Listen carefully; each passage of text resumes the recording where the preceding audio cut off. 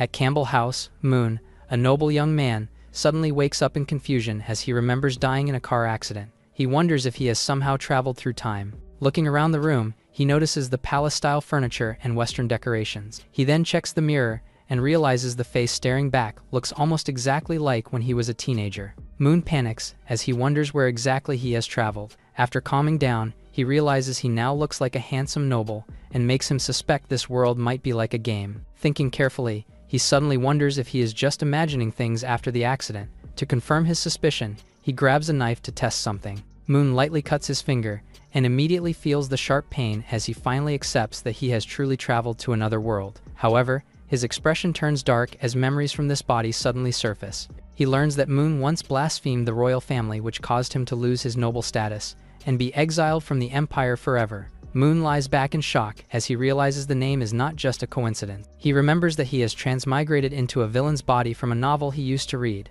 The female protagonist is the strongest noble who grows by defeating monsters and demons. Meanwhile, Moon is only a reckless villain who constantly causes trouble and gets in the protagonist's way. Realizing this means he is now that doomed villain himself as he holds his head in frustration. Moon panics as he wonders what he should do. Suddenly, a maid knocks on the door. He tells them to come in, and Anna enters while addressing him politely. She tells him the outfit for tomorrow's banquet has arrived and asks him to try it on. Anna notices something unusual, so she asks if he is injured, but Moon casually explains that he accidentally scratched his skin and asks if she has medicine or a bandage to stop the bleeding. Hearing this, Anna calmly kneels down and says she can handle it, rendering Moon speechless. She gently takes his hand and begins tending to the wound. Moon is shocked after what Anna did. She calmly explains that every drop of his blood is precious and asks him not to hurt himself so easily. He nervously says he will remember that. After finishing, Anna politely excuses herself and leaves the room. After she leaves,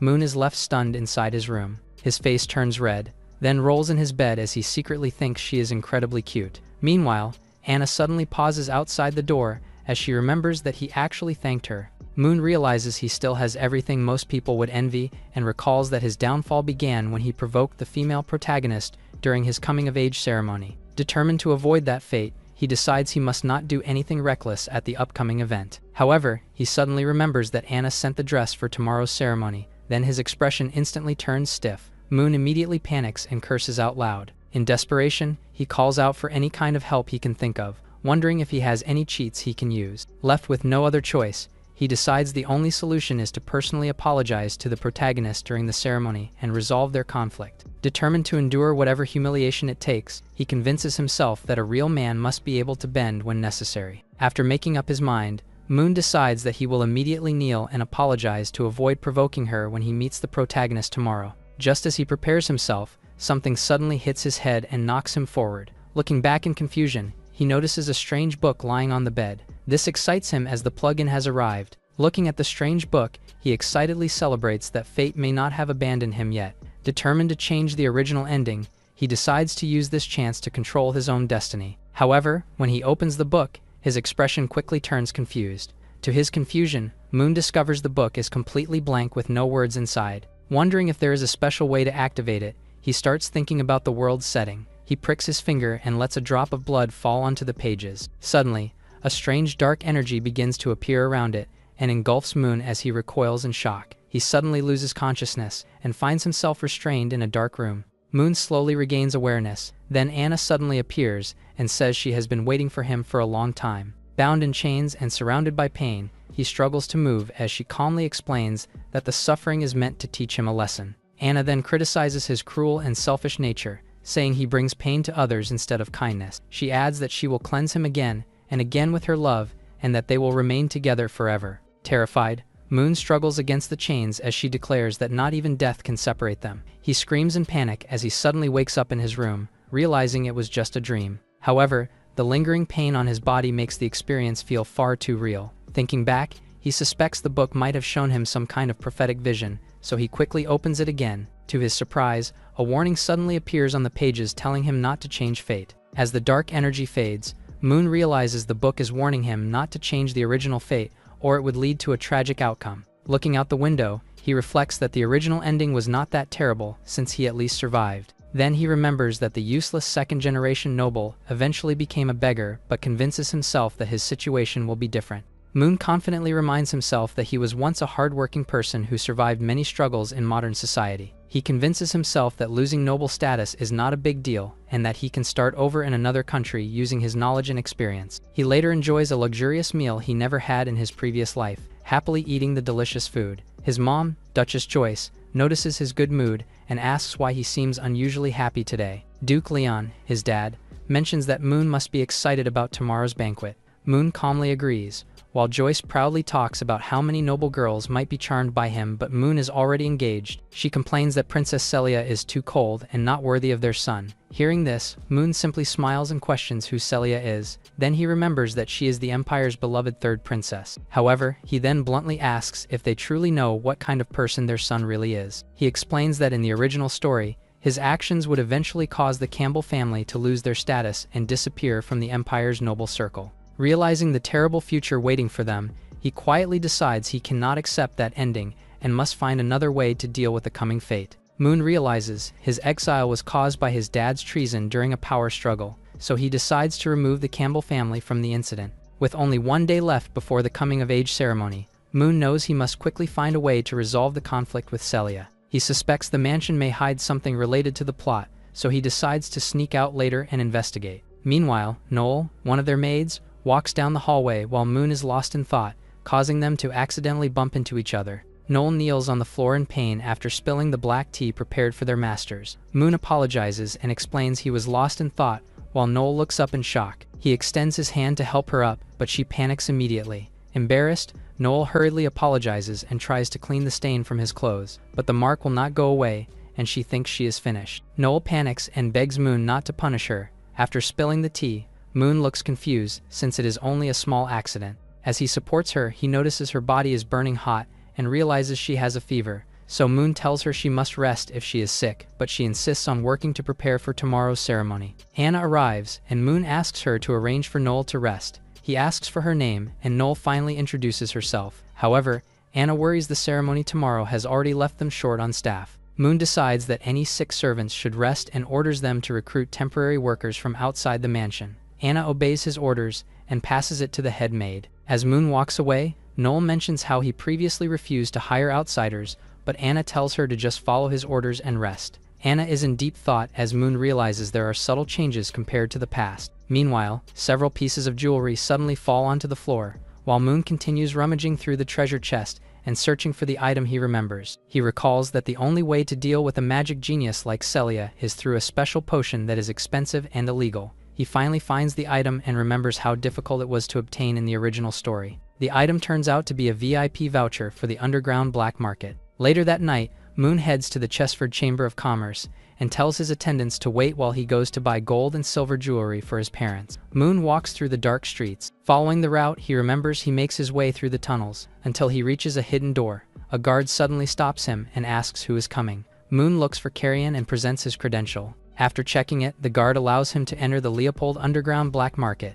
Inside, Moon sees various potion ingredients and magical synthetic beasts being sold. However, he ignores these items since they are not what he came for. Moon enters a small shop, then the masked owner greets him enthusiastically. Moon asks for a potion that is colorless and odorless and can make someone unconscious for several hours. Thinking Moon only wants to play tricks, the owner tries to recommend other shops for a fee. Moon refuses and prepares to leave, but the owner quickly admits that she actually has the potion. The owner tells Moon the potion is rare and asks him to wait while she looks for it. As she searches through the shelves, Moon realizes the masked owner is actually a woman. He believes she is a powerful beauty who controls this place and thinks building a good relationship with her may help him later. The shop owner tells Moon to wait a little longer while she searches for the item. Suddenly, the door opens and catches Moon's attention. Another cloaked guest enters the shop, and the owner greets them. The mysterious guest then asks for the same type of potion, surprising the owner about the strange occurrence. Moon senses a faint fragrance coming from her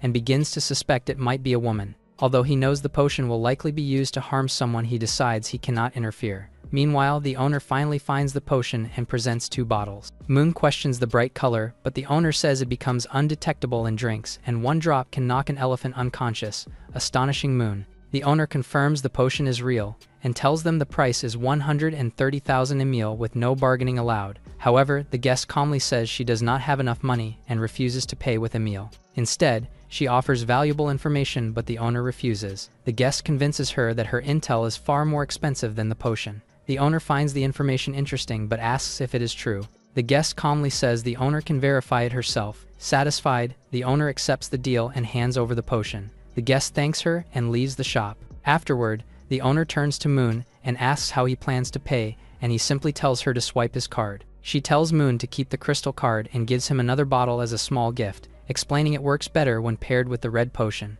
Moon thanks her and then asks about the information the guest mentioned earlier. The owner becomes curious and offers to sell that information to him as well, quoting, "a price of 90,000. The owner raises the price to 900,000, but Moon refuses to buy it. Thinking the black market is too shady and profit-driven, he decides to find a more reliable partner. After that, he leaves the shop while the owner casually bids him goodbye. The owner takes off her mask, revealing it to be Ariel, and wonders who she should sell the information to. Remembering the conflict between the second prince and the Duke's faction, she decides to sell it to both sides and profit from the situation, killing two birds with one stone. The next night, the banquet begins at Campbell's palace. Marquise, a noble man, introduces his third daughter and asks her to greet Moon, but she becomes flustered and quickly runs away. Her father apologizes for her shyness, while Moon politely says it is fine, already expecting the reaction. He realizes many nobles are watching him with the same expression. He reflects that the original owner of his body had a terrible reputation. His dad then praises Moon for his performance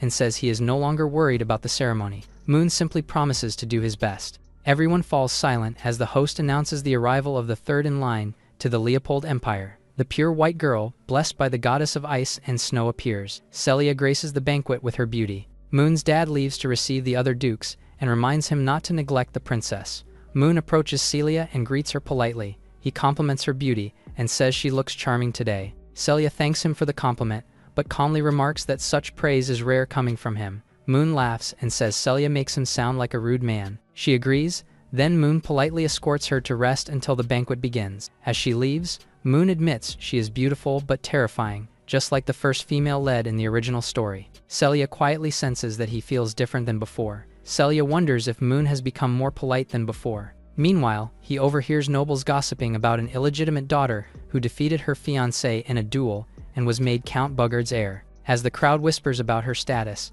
Moon notices a girl entering the hall and realizes she is the true female protagonist of the original story. Ariel enters the hall and greets Moon politely. Moon casually replies that he is doing fine. Suddenly, his servant angrily calls out Ariel's rudeness, but Moon swiftly grabs him and slams him down. Moon politely says he has been doing well lately and thanks Ariel for her concern. Ariel is surprised by his attitude, noticing he did not call her an illegitimate daughter like before. Moon then turns to Lily and leaves her shocked that he knows her name. Moon smiles and notes that he should never forget his guests' names. Suddenly, Ariel slaps Moon's hand and asks what he is up to. She grabs him by the collar, then tells him she only came for his dad's sake and warns him not to have any evil thoughts toward Lily. Ariel leaves with Lily, while Moon sighs and knows her impression of him will not change easily. Moon decides that after tonight their paths will become completely separate. Under the witness of the nobles, he finishes his speech and officially becomes the heir of the Campbell family. Believing everything has gone according to the original story, Moon finally relaxes and thinks the night is over.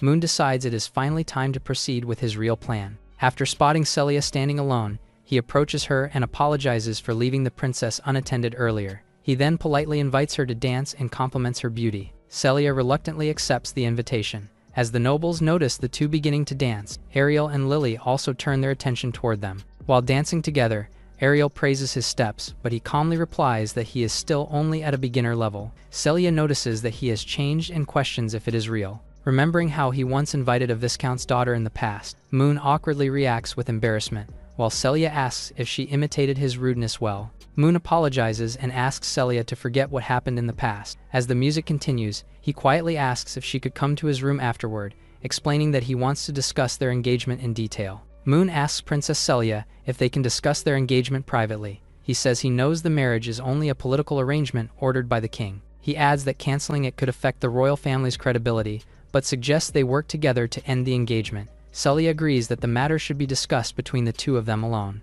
Moon realizes Celia accepted his suggestion and decides to play along, so the plan continues smoothly. Celia then suddenly asks where his room is and leaves him stunned. She says there is no need to wait for the dance to end and tells him they should go now. Before he can react, she grabs him and drags him away from the hall. Meanwhile, Myron and Risa, Assassins dressed as maids notice them and insult Moon. They decide to act quickly. After arriving at Moon's room, he offers her red wine, but Celia refuses, as she does not drink alcohol at all. Realizing his plan will not work, Moon worries, since the medicine is red and usually mixed with wine. He then asks what she would like instead, and Celia asks for coffee or black tea. Celia looks confused, and Moon explains that due to strict rules at the ceremony, the only drinks available are red wine and black tea. Since she refuses alcohol, he suggests they drink black tea instead. Moon then happily leaves to prepare it. Celia watches him silently, wondering why he looks so cheerful just from making tea. Moon secretly mixes several drops of the potion just in case. Since Celia is a strong magician, she suddenly appears behind him and startles him,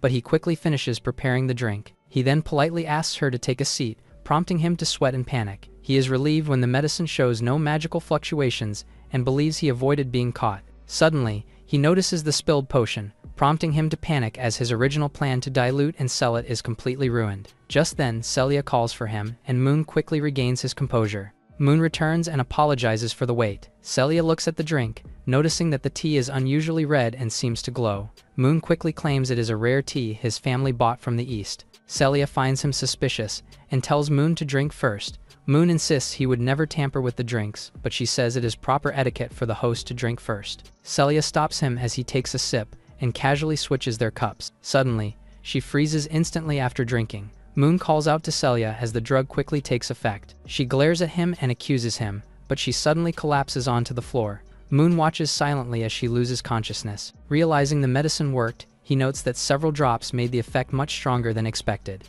In the original story, the female lead tries to kill him shortly after they both lose consciousness, so he quickly begins preparing the scene. He adjusts Celia's clothes slightly and messes up her appearance to make it look convincing. After struggling with his own outfit, Moon finally manages to take it off. Everything is ready, and all that remains is to wait for the main character to arrive. Moon checks the time. He realizes half an hour has already passed, but Ariel still has not appeared. He starts to feel uneasy and wonders what went wrong. Thinking back, he recalls that she should have had her clothes stained by an ill maid. She would go to the bathroom to clean them, then she would catch Moon and the princess. He suddenly pauses after realizing that the sick maid was supposed to be Noel. Moon starts to panic, since he asked Noel to rest, thinking that the original storyline will change as the princess is unconscious. Celia suddenly awakens, as Moon calls it a serious problem. He realizes Celia has already been affected, but he doesn't know she is already trying to get up. He then notices the temperature suddenly drops, and before he can react, Celia releases a burst of icy power that freezes the surroundings. Celia suddenly grabs him as the freezing aura spreads. He tries to explain, but she moves closer,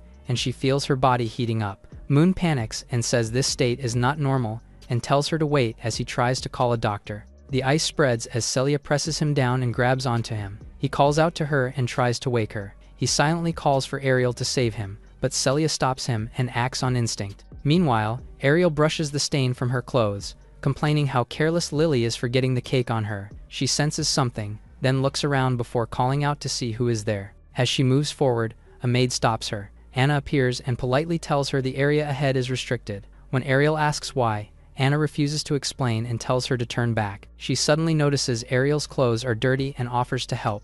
Anna uses magic to clean her instantly. Ariel is surprised that even the maids here can use magic. Anna then reminds her that a limited amount of cake will be served at the banquet.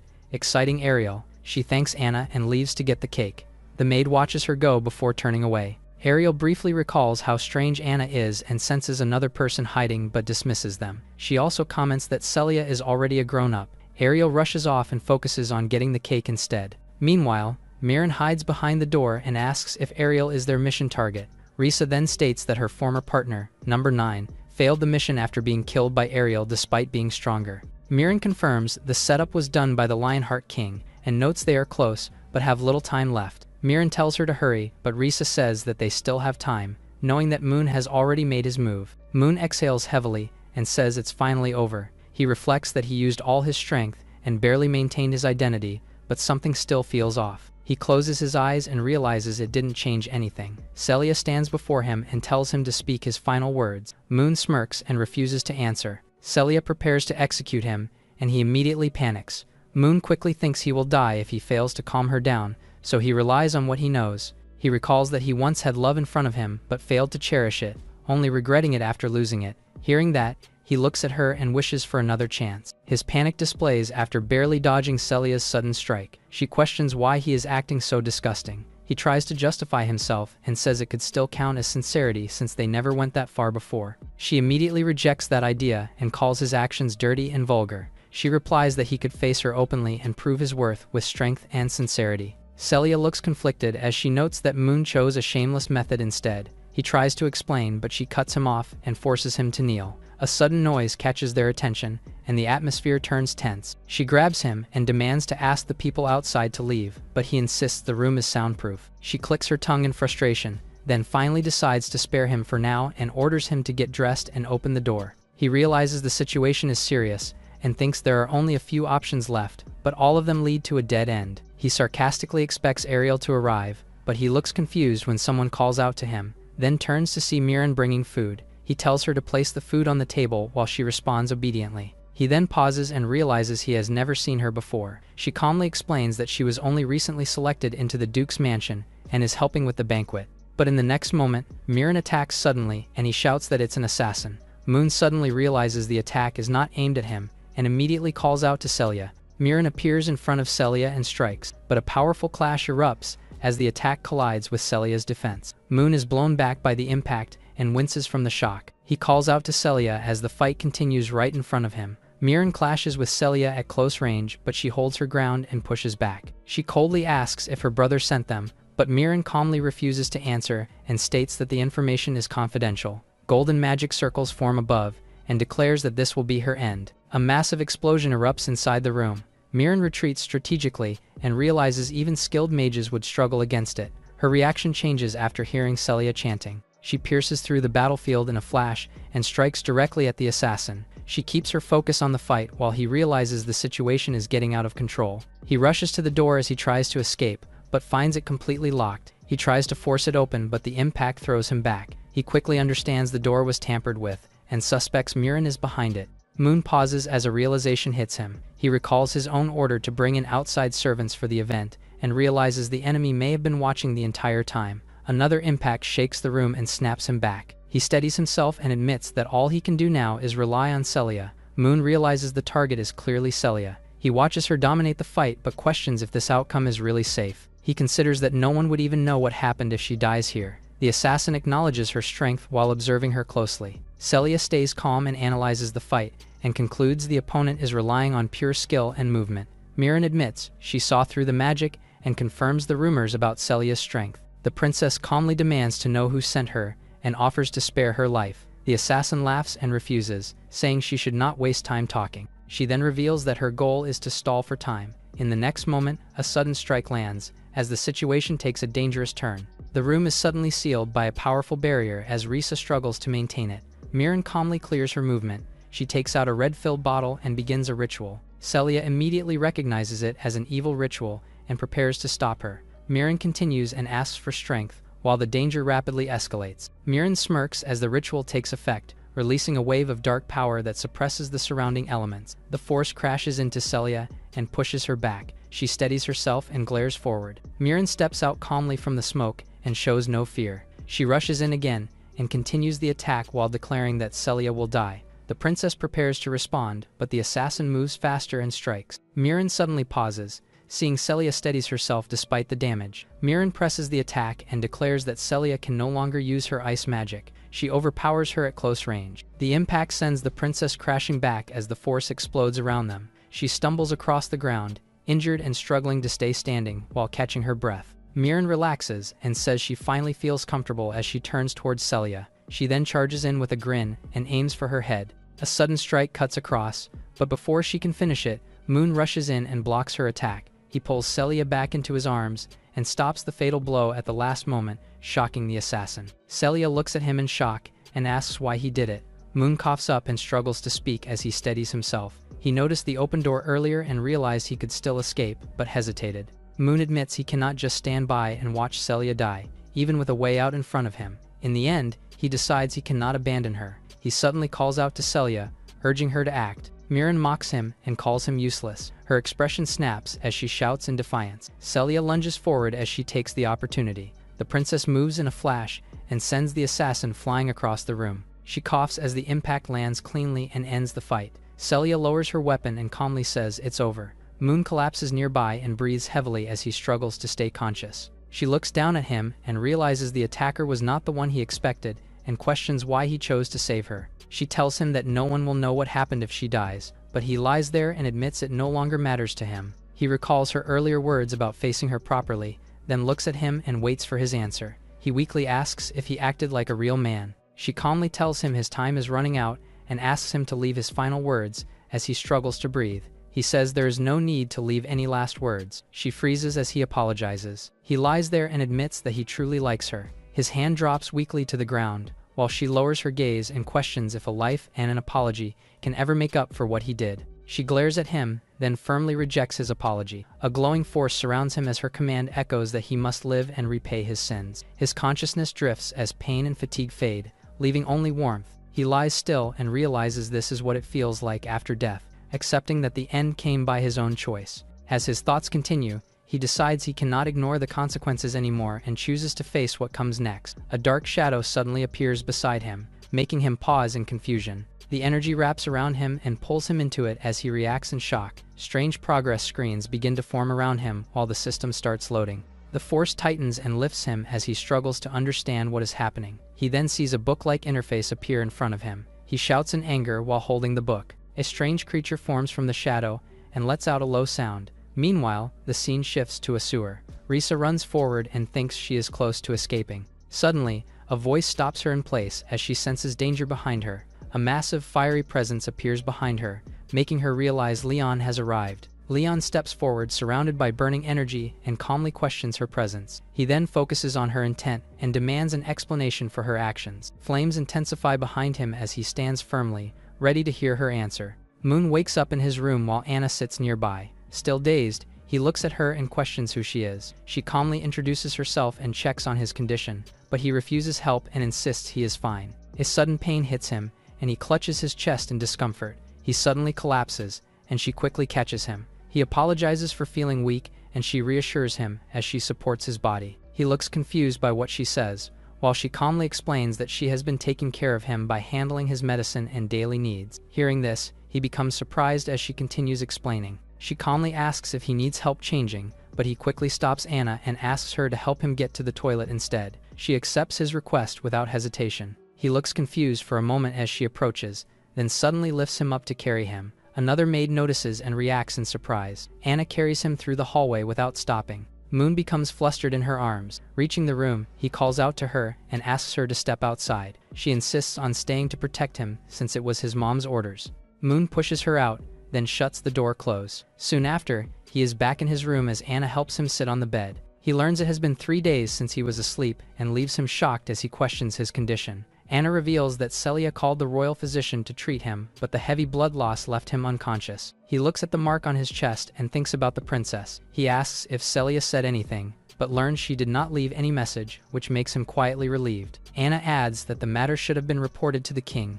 While he reacts with concern, she explains the culprits were found and the black market behind it was eliminated. The captured assassins confessed, and the incident was traced back to the mansion, which put the Duke at risk of blame. However, the situation changed after Celia intervened, preventing punishment and resolving the issue quietly. Moon relaxes slightly after hearing this, but she suddenly leans in and questions if something unspeakable happened, making him flustered as he tries to recall what happened. He nervously tries to explain himself and insists he did nothing wrong, but she quietly stares at him without responding. She then casually changes the topic and brings his medicine, telling him to drink it while it is ready. He eventually takes it as she feeds him. Hei's face turns sour, immediately spitting it out as the bitterness overwhelms him and complains that his tongue goes numb. She calmly explains, it is a tonic meant to replenish his blood and added sugar to reduce the bitterness. Outside, the maids whisper that he is angry again. They grow uneasy and decide to report the situation just in case. Moon suddenly panics and shouts for them not to leave,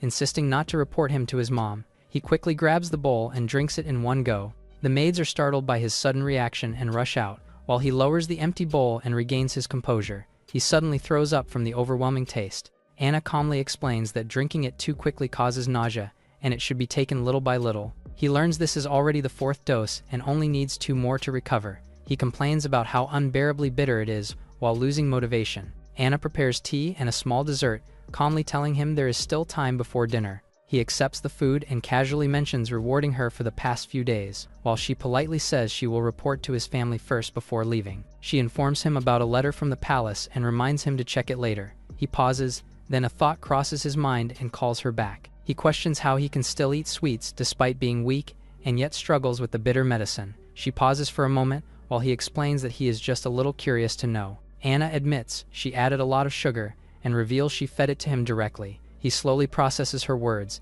then freezes as he realizes what that means. A brief image flashes in his mind of her feeding him. He suddenly raises his voice as Anna walks down the hallway. He starts rambling to himself while blushing, until something crosses his mind. An image of him and Celia flash in his mind as he realizes it was his first time, and he jolts upright in shock after realizing something. He opens the letter from the palace and reads its strange message, then exhales in relief as he realizes Celia has no intention of exposing him for now. He quietly notes that the worst outcome has been avoided. Later that evening, the scene shifts during mealtime. He is reunited with his mother as Joyce breaks down, hugging him tightly after learning how badly he was injured. She checks his condition while still emotional, and he calmly explains it is only a minor injury. His dad praises him while saying the scars are a sign of honor, and he expresses his relief. Moon turns to ask his dad what really happened this time. Leon explains there were 3 attackers, including the one defeated on the spot, and another who broke through the barrier. The captured suspects reveal they are bounty hunters from the black market who worship a figure called the King of Wither.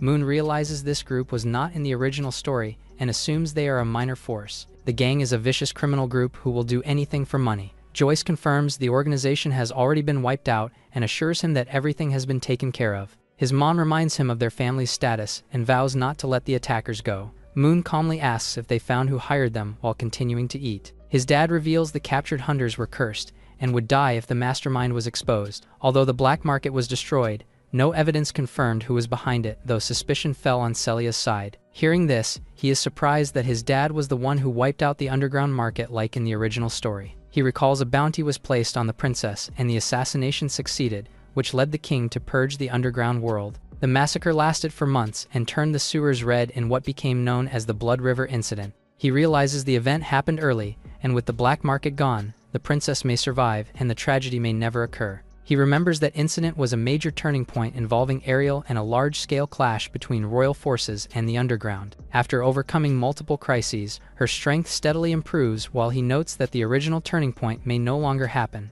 Moon realizes that giving Noel just 2 days off already caused a chain reaction. Although everyone tells him to rest, he refuses and realizes the story has already diverged. He understands the original plot can no longer guide him, so his survival now depends entirely on himself. Moon begins setting clear goals to survive. He then thinks carefully, considering that the attacker's identity is still uncertain, and decides to stay cautious while preparing for what comes next. He reminds himself not to trust the Black Book and realizes the real cause behind the events is still unknown, leaving him frustrated by the lack of information. He quickly stops overthinking and decides to focus on what he can control. He sets getting stronger as his top priority, knowing his current abilities are far behind the main cast. He recalls that despite years of study, he only knows a basic spell, which makes his situation even worse. Moon realizes his current strength is low and far from even the higher ranks. He understands that even pushing himself won't help much, since people like Ariel and Celia are completely different. He thinks about how Celia was gifted with control over ice and snow.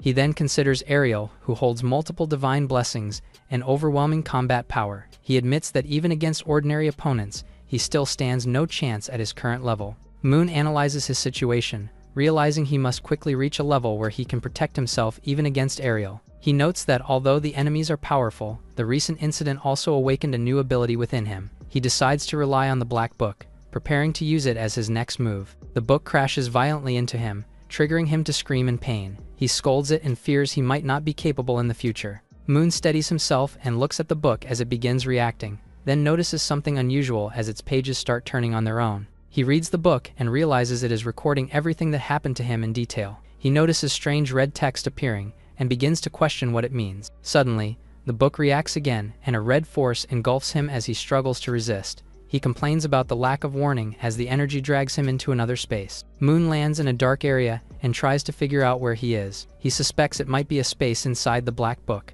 A shadowy figure suddenly appears behind him, making him tense as he senses danger. He turns and calls out, trying to identify who is there. Before he can react, Miran uses a shadow step and strikes him with a fast attack. Moon pauses in shock while she stands before him. He wakes up in a panic and struggles to understand what just happened. Moon realizes the assassin from before somehow appeared inside the black book. He steadies himself as the book reacts and begins to respond to his thoughts. A status screen appears showing his abilities and skill proficiency levels. He smiles as he understands this is the true power of the black book. He smirks and decides to test it again as he realizes this ability could become his strongest advantage. Late at night in the mansion, Moon lies on his bed and catches his breath as he realizes he barely made it out. He checks a pocket watch and notes that time flows the same, realizing he only lasted 3 seconds. He then picks up a book and checks his proficiency, confirming his stats and skills are low as he calmly accepts that it is exactly as he expected. Moon realizes that any skill used by an enemy gets recorded and allows him to gain proficiency by fighting their shadow inside the illusion. He recalls the swift footwork and precise combat moves of Miran. He realizes the potential of this advantage and grows confident that with such a cheat, he no longer needs to fear the protagonist. He suddenly reacts as the book hits him. Moon enters the illusion again and is immediately struck by Miran. He tries to endure as the assassin follows up with swift movements and continuous strikes. He struggles to keep up and gets pushed back again. Meanwhile, Anna arrives at the door and calls for him while holding a tray. She enters the room and gently reminds him it is time to take his medicine, but she sees him already asleep under the blanket. She pauses and notices he still sleeps the same way as when he was younger, then smiles softly at the sight. She carefully places the medicine on the table and leaves the room. Moon suddenly jolts awake in bed, gasping as he returns from the illusion. He clutches himself in pain and realizes he was hit with a low attack. Frustration shows on his face as he admits Miran is far stronger and fights without holding back. Even so, he quickly dives back and is determined to land a hit on her no matter what. As morning arrives, Moon lies on the bed and notes that he finally managed to last 30 seconds against Miran after 185th time. He suddenly tenses up as the accumulated damage hits his body all at once, forcing him to endure the pain. He coughs and struggles to breathe before rolling off the bed and hitting the floor. He lies there catching his breath as the pain slowly fades, then opens his eyes and realizes he has finally recovered. He reflects that although he does not truly die inside the illusion, the pain from each death feels real. After nearly 200 attempts, it was enough to almost break him. Now, he steadies himself as a new sense of resolve forms. Moon decides to check the results and opens the book, only to be surprised by the updated stats showing slight improvements in his combat skills and shadow technique. He realizes he is still far from Miran's level but accepts that it is a good start and that things will get easier from here. He moves his body to test it out, then activates his skill and disappears into motion using Shadow Step. He dashes forward and wonders if it worked,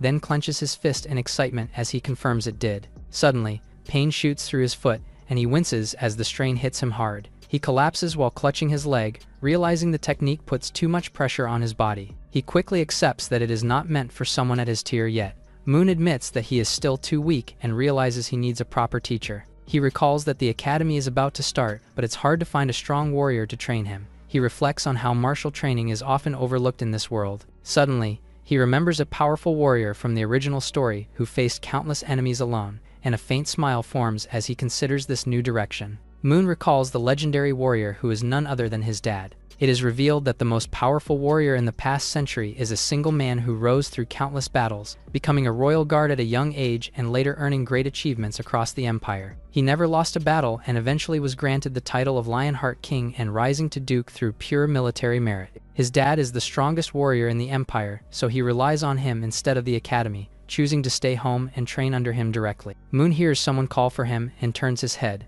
then steps outside, where Anna informs him that his dad is looking for him. With a smile, he decides to go immediately and pulls Anna along as they head out. The maid notices them and calls Anna's name casually, but she corrects herself and addresses Anna as the headmaid. Moon notices Anna's new position and asks about it, and she confirms she has been promoted to head maid after the former one stepped down. He recalls how the previous head maid had been with his dad for a long time and was more like family, which makes him feel responsible for what happened. Anna calmly reassures him and explains that she is still part of the household. Just then, Moon reunites with his mom and hugs him tightly. She expresses her relief that he has recovered. She then guides his hand to her stomach and asks him to feel it. As he reacts, she reveals that he will soon have a younger sibling, which surprises him. His father calmly confirms it and shows no preference, while she happily adds that he will love them no matter what. His dad asks him to sit as she has something important to say. The scene shifts to the garden where his dad is present, and Moon reacts in shock upon hearing that he will be returning to the front lines. His dad calmly explains that he will leave soon, while his mom and the maids will return to their territory. Before leaving, he entrusts Faye, the former head maid, with taking care of her. Moon questions the decision, but his dad explains that the situation at the western border is urgent as the abyssal lands are showing signs of movement. Hearing this, Moon suddenly recalls the timeline and realizes something important. He remembers that the early demon invasion was only a setup and that 3 years later marks the true beginning of the major events. His expression shifts as he understands that his dad leaving for 3 years will disrupt all his plans. Moon panics as he realizes everything is falling apart. He tries to calm himself while thinking. His dad prepares to leave, showing the departure from the estate.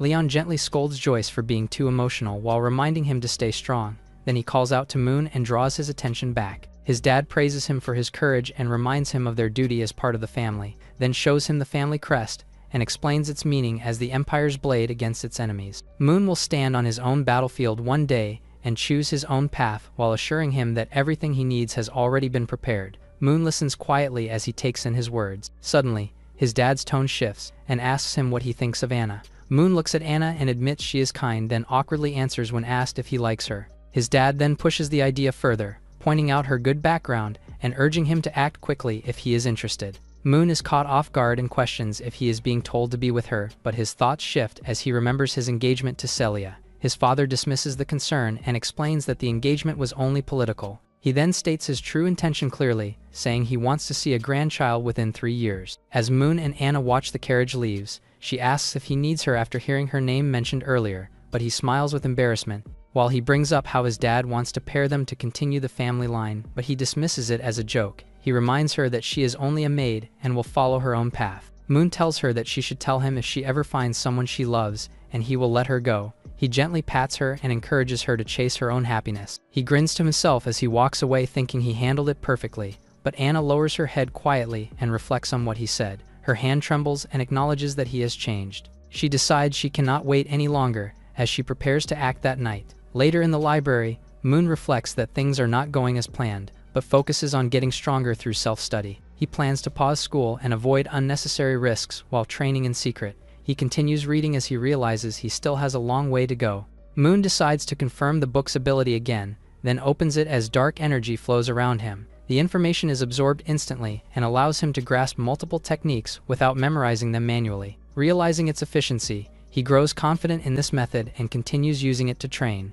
Meanwhile, Anna quietly enters the room carrying a tray. She approaches and asks if he is still reading. He notices that she brought a midnight snack. Moon points out how much responsibility she carries while taking care of the mansion, but she simply accepts it as her duty. Anna then offers him a bottle of wine, but he declines since he still needs to study and does not want to lose focus. She asks what he wants to drink, and he chooses coffee to stay awake, but she explains that due to an issue, only wine and black tea are available. He listens and considers it, then realizes something about her explanation feels familiar. In the end, he accepts the black tea as a substitute while staying focused on his study. He drinks the tea without suspicion, but moments later his vision distorts as pain hits. Realizing something is wrong, he looks at her in shock as his body weakens. He calls out her name while collapsing, unable to understand why she would do this. As he fades, she holds him gently and reassures him that she would never betray him. She holds him close and tells him to rest as he weakly calls her name, while her thoughts reveal her obsession and refusal to let him go.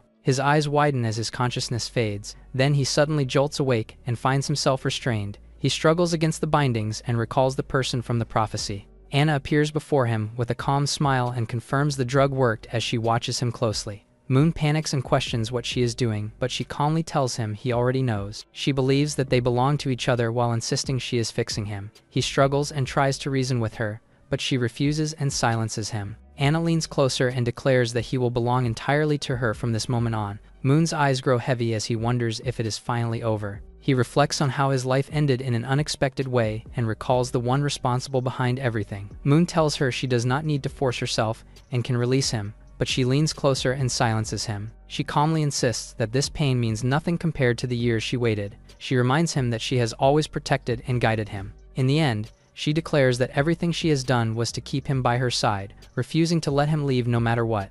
Moon reflects on how everything led to this point and realizes that despite avoiding past dangers, he is still destined to die at her hands. He clenches his fist and tries to find a way out. As he struggles, she notices the movement and questions him, while he quickly hides his intent. Anna says she still needs to manage the manor to avoid suspicion. She adds that since he now belongs to her, the others are no longer necessary. He reacts in shock and quickly tells her to stop. She pauses and turns back to him. She then asks if there is another maid in the manor that he likes, such as Noel, but he insists that there is none. Moon hesitates while watching her, but she suddenly laughs and says she was only joking. She assures him that as long as he behaves, she will not harm anyone in the manor. Taking the chance, he asks her to unlock the restraints first. She agrees and begins removing the shackles, but warns him not to try anything as she keeps a close eye on him. Anna explains that the room is a sealed space she built in secret, with a special lock and a single key. She assures him no one will suspect anything since she already arranged a cover story, promising to bring him meals regularly, and everything else will remain the same. As she leans closer, he reacts weakly, and she calmly notes his quick recovery before saying she has to leave for now. She leaves the room and tells him to stay put while she is away. He immediately calls out for his clothes, but she ignores him as she locks the door. Left alone, he starts thinking through every possibility and wonders if he is truly meant to remain trapped like this. He steadies himself and realizes that no matter the situation, he still needs to try and find a way to escape. Moon immediately tries to break free and slams his body against the door. However, the force rebounds and throws him back. He realizes the shackles are far stronger than expected and quickly understands the room is reinforced with solid steel. He lies still until the black energy roams in the ceiling. He notices the black book reacts and realizes its power can affect even solid metal, confirming it is far beyond normal magic. Thinking quickly, he calms himself and decides to use the training space again instead of panicking. As he prepares, he recalls something from what he read before and starts flipping through the pages. A realization hits him as he finds a key idea for a possible way out. Moon trains intensely and counts his repetitions until he finally reaches 200. He realizes his body is still holding up and that this method is the only safe way to grow stronger for now. Determined, he steels himself and vows not to stay down again. Anna suddenly arrives and praises his energy. She tells him she has finished her work. Anna teases him lightly and prepares a bath while he realizes he has not cleaned himself in days. Anna then asks what he wants to do first, and he quickly chooses to bathe as she accepts his answer. He hesitates in the bath, but she notices and asks if something is wrong. Moon insists he can handle it himself, yet she moves closer and takes over anyway. Anna finishes helping him. She prepares his meal and insists on feeding him herself. She brings the food close and guides him to eat. As he tastes it, his expression changes and he admits it is surprisingly good.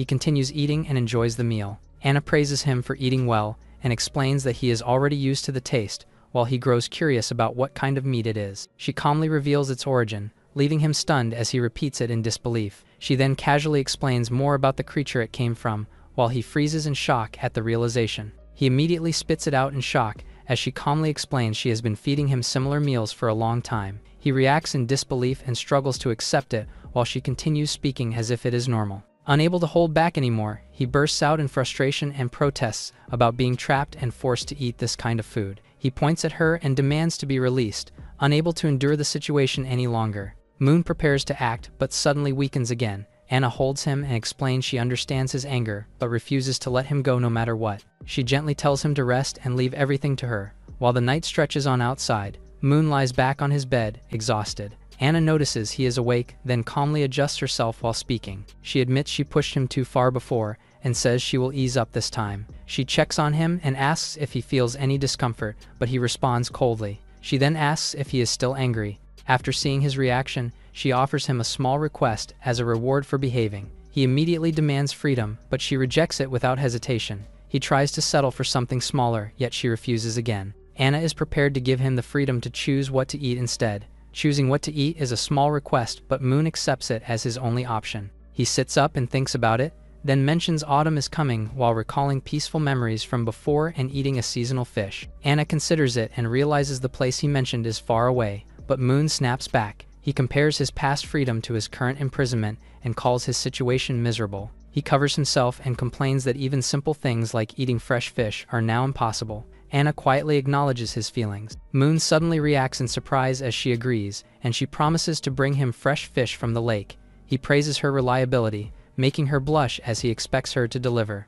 He suddenly freezes as she moves closer, catching him off guard. She pulls away and calmly walks off as he calls out to her, then informs him the trip will take time and asks him to wait before leaving. Anna walks away down the corridor while holding back her emotions. She smiles to herself and hurries off as she is already planning to get what he asked for. Moon relaxes and notes he finally has a moment to think after everything. He brings out the black book again, preparing to use it for his next move. He smirks and decides to create a trial space using the black book before she returns. He activates it as dark energy surges around him as he prepares to push his limits. At the border of the lake, a storm happens and lightning strikes. A guard warns Anna that the area is dangerous and tells her not to approach, but she questions it without hesitation. He tries to stop her, yet she remains calm and focused. Anna suddenly strikes and cuts down the man in front of her without hesitation. She warns him not to touch her again, and makes it clear she will not hold back next time. She demands to know what is happening at the lake and forces him to speak. He explains that the lake master has awakened and that the area is already under investigation and sealed by adventurers. The man demands payment for his medical bills before he asks her to leave. Anna drops a bag of coins, while the man questions her decision and warns her about the danger ahead. Anna calmly confirms she will keep going, explaining that it is because of love. Meanwhile, Erica, a healer, quietly resolves that she cannot let anyone take her companion away. She decides to confess after everything is over. She snaps back to focus when someone calls her out. Rod, a warrior, urges for immediate healing while holding the line, and she quickly responds and begins casting as green energy gathers around her. Tia, a magician, warns them that the monster is coming. A massive explosion erupts from the water, while the lake's master finally reveals itself. The monster surges forward as the group braces in shock. Rod steps in and raises his guard while activating a defensive skill. A burst of power collides with the incoming attack and holds it back. He shouts for magic support, while Erica quickly prepares to cast. She raises her hand as ice energy gathers around her body. However, she pauses when an explosive magic bursts, engulfing the creature in flames. As it reels from the hit, Tia calls out and signals Rod to move. He charges forward through the opening and launches himself straight at the target. He brings his weapon down with full force as the attack pierces through the creature. A final explosion erupts as it collapses under the combined strike. He steadies himself while catching his breath, confirming the fight is over. He then smiles in relief and praises Tia. Erica is saddened as the two check on each other. She lowers her gaze as emotion builds and questions everything quietly. A memory of Rod and her childhood flashes as they once dreamed of growing stronger together. Erica recalls how she tried to catch up but was never noticed, realizing she had always been the one left behind. Rod calls out to her while holding the healing energy steady, urging her to help deal with the lake master. She quietly responds and steadies herself as she prepares to move. Suddenly, she pauses as something feels off. Rod and Tia freeze as they recognize the trembling voice under the lake. A massive surge erupts from the lake and knocks them back. Rod pulls Tia close, as both stare in shock at what rises before them. Another giant creature emerges and reveals itself as a second lake master. Without hesitation, they launch another attack and fire magic straight into its mouth. The monster unleashes a violent burst of magic that shatters their attack. The impact sends them flying as he crashes hard and struggles to recover. Rod tells Erica to escape while realizing the enemy is far beyond what they can handle. Despite that, he insists on staying behind to protect Tia. Rod grips his weapon and declares he will fight even if it costs his life. Erica freezes in shock as he resolves to stay. Rod suddenly calls out Tia as the distance between them grows. Nearby, Anna observes and recognizes the creature as a monarch-class beast. She then decides that obtaining something stronger for Moon will be easy given the situation. The monster gathers a surge of red lightning into a blazing core. It expands into a spinning ring of power while Rod braces himself and grips Tia's body. Anna calmly raises her hand and signals to restrain the situation. In the next moment, the energy crashes down in a violent strike and erupts on impact. Rod groans as flames burn across his face. He opens his eyes and turns back in shock. The massive creature falls after the strike. Erica realizes the Lake Master's attack was blocked and looks stunned. Anna approaches her and asks if she is okay. Anna steps forward and prepares to handle the monster herself. She raises her hand and activates her power as dark liquid-like energy spreads around her. Erica watches in shock as the solid iron shifts and flows like liquid. The monster reacts as the dark energy wraps and tightens around it. Anna then walks forward steadily as the creature is restrained under her control. Dark energy surges forward as Anna declares the monster's fate. She moves instantly and releases a sharp crimson slash that cuts through the monster. The attack lands in one clean strike, and the creature is split apart. Rod watches in shock as the monarch-class beast is taken down in an instant. Erica rushes to him in concern as he steadies himself and confirms he is all right. Rod reassures her that his injuries are minor as he holds Tia close. He then asks Erica if he can speak with Anna while she looks confused by the request. Rod explains that Anna has not left yet and considers approaching her after seeing her strength. Nearby, Anna quietly handles the aftermath as she picks up the fish. She pauses and reflects on her mistake before turning to head back. Erica warns that one of the first Anna caught is highly toxic and points out which ones are safe. Erica shares her knowledge about the lake, and Anna then asks how to prepare them. After some time, Anna writes down the steps and thanks Erica for the guidance. Erica then asks if she came here for someone special, and Anna quietly confirms it. Her expression softens as she thinks about Moon. Anna prepares to leave after thanking her. Erica quickly stops her, then she hesitates before bringing up a concern about love and asks for advice. Anna drops the bucket of fish, and she finally agrees to help based on her own experience. Erica begins to explain that she has a friend with feelings for someone. She describes how those feelings have lasted for a long time but were never returned. Anna listens and calmly points out the situation as a love triangle. She adds that her friend has started to lose confidence and thinks about giving up. Anna looks at her and asks directly how much she truly loves him. Erica quickly denies it is about her but then admits her true feelings. She confesses that she has loved him for many years and cannot hide it anymore. Anna asks if she would go as far as risking her life for him,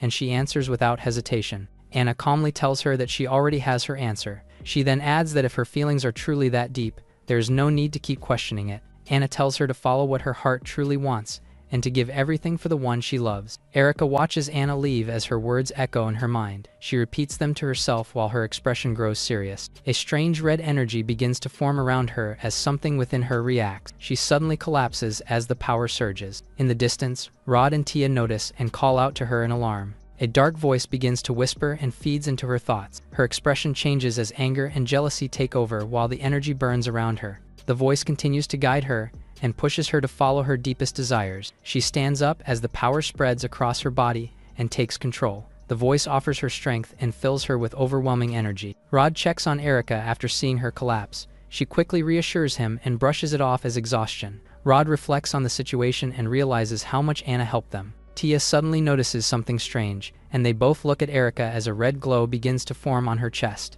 Erica explains it is just a burn from the earlier attack. Rod lifts Tia without hesitation and carries her despite her protests. She tries to push him away but he refuses and keeps moving forward. Behind them, Erica's eyes begin to glow red as the dark energy resurfaces. The next day at the mansion, Moon rests in bed while the room stays quiet. Anna enters and calmly announces her return. He immediately wakes and rushes toward her with excitement. She stops him and explains he has only been away briefly while scolding his reaction. Anna apologizes for the delay and explains she hurried back to bring the fish. She presents the dish she prepared and places it in front of him. He reacts with excitement as the smell catches his attention. He chooses the steamed one first and takes a bite without hesitation. Anna watches him calmly as he eats and waits for his reaction. He takes another bite and enjoys the taste as his expression brightens. He praises the food and offers some to her while continuing to eat. She calmly reminds him to be careful as the fish contains many small bones. Moments later, he suddenly pauses and clutches his throat as something gets stuck. Anna suddenly leans in and says she will help him remove it herself. He is caught off guard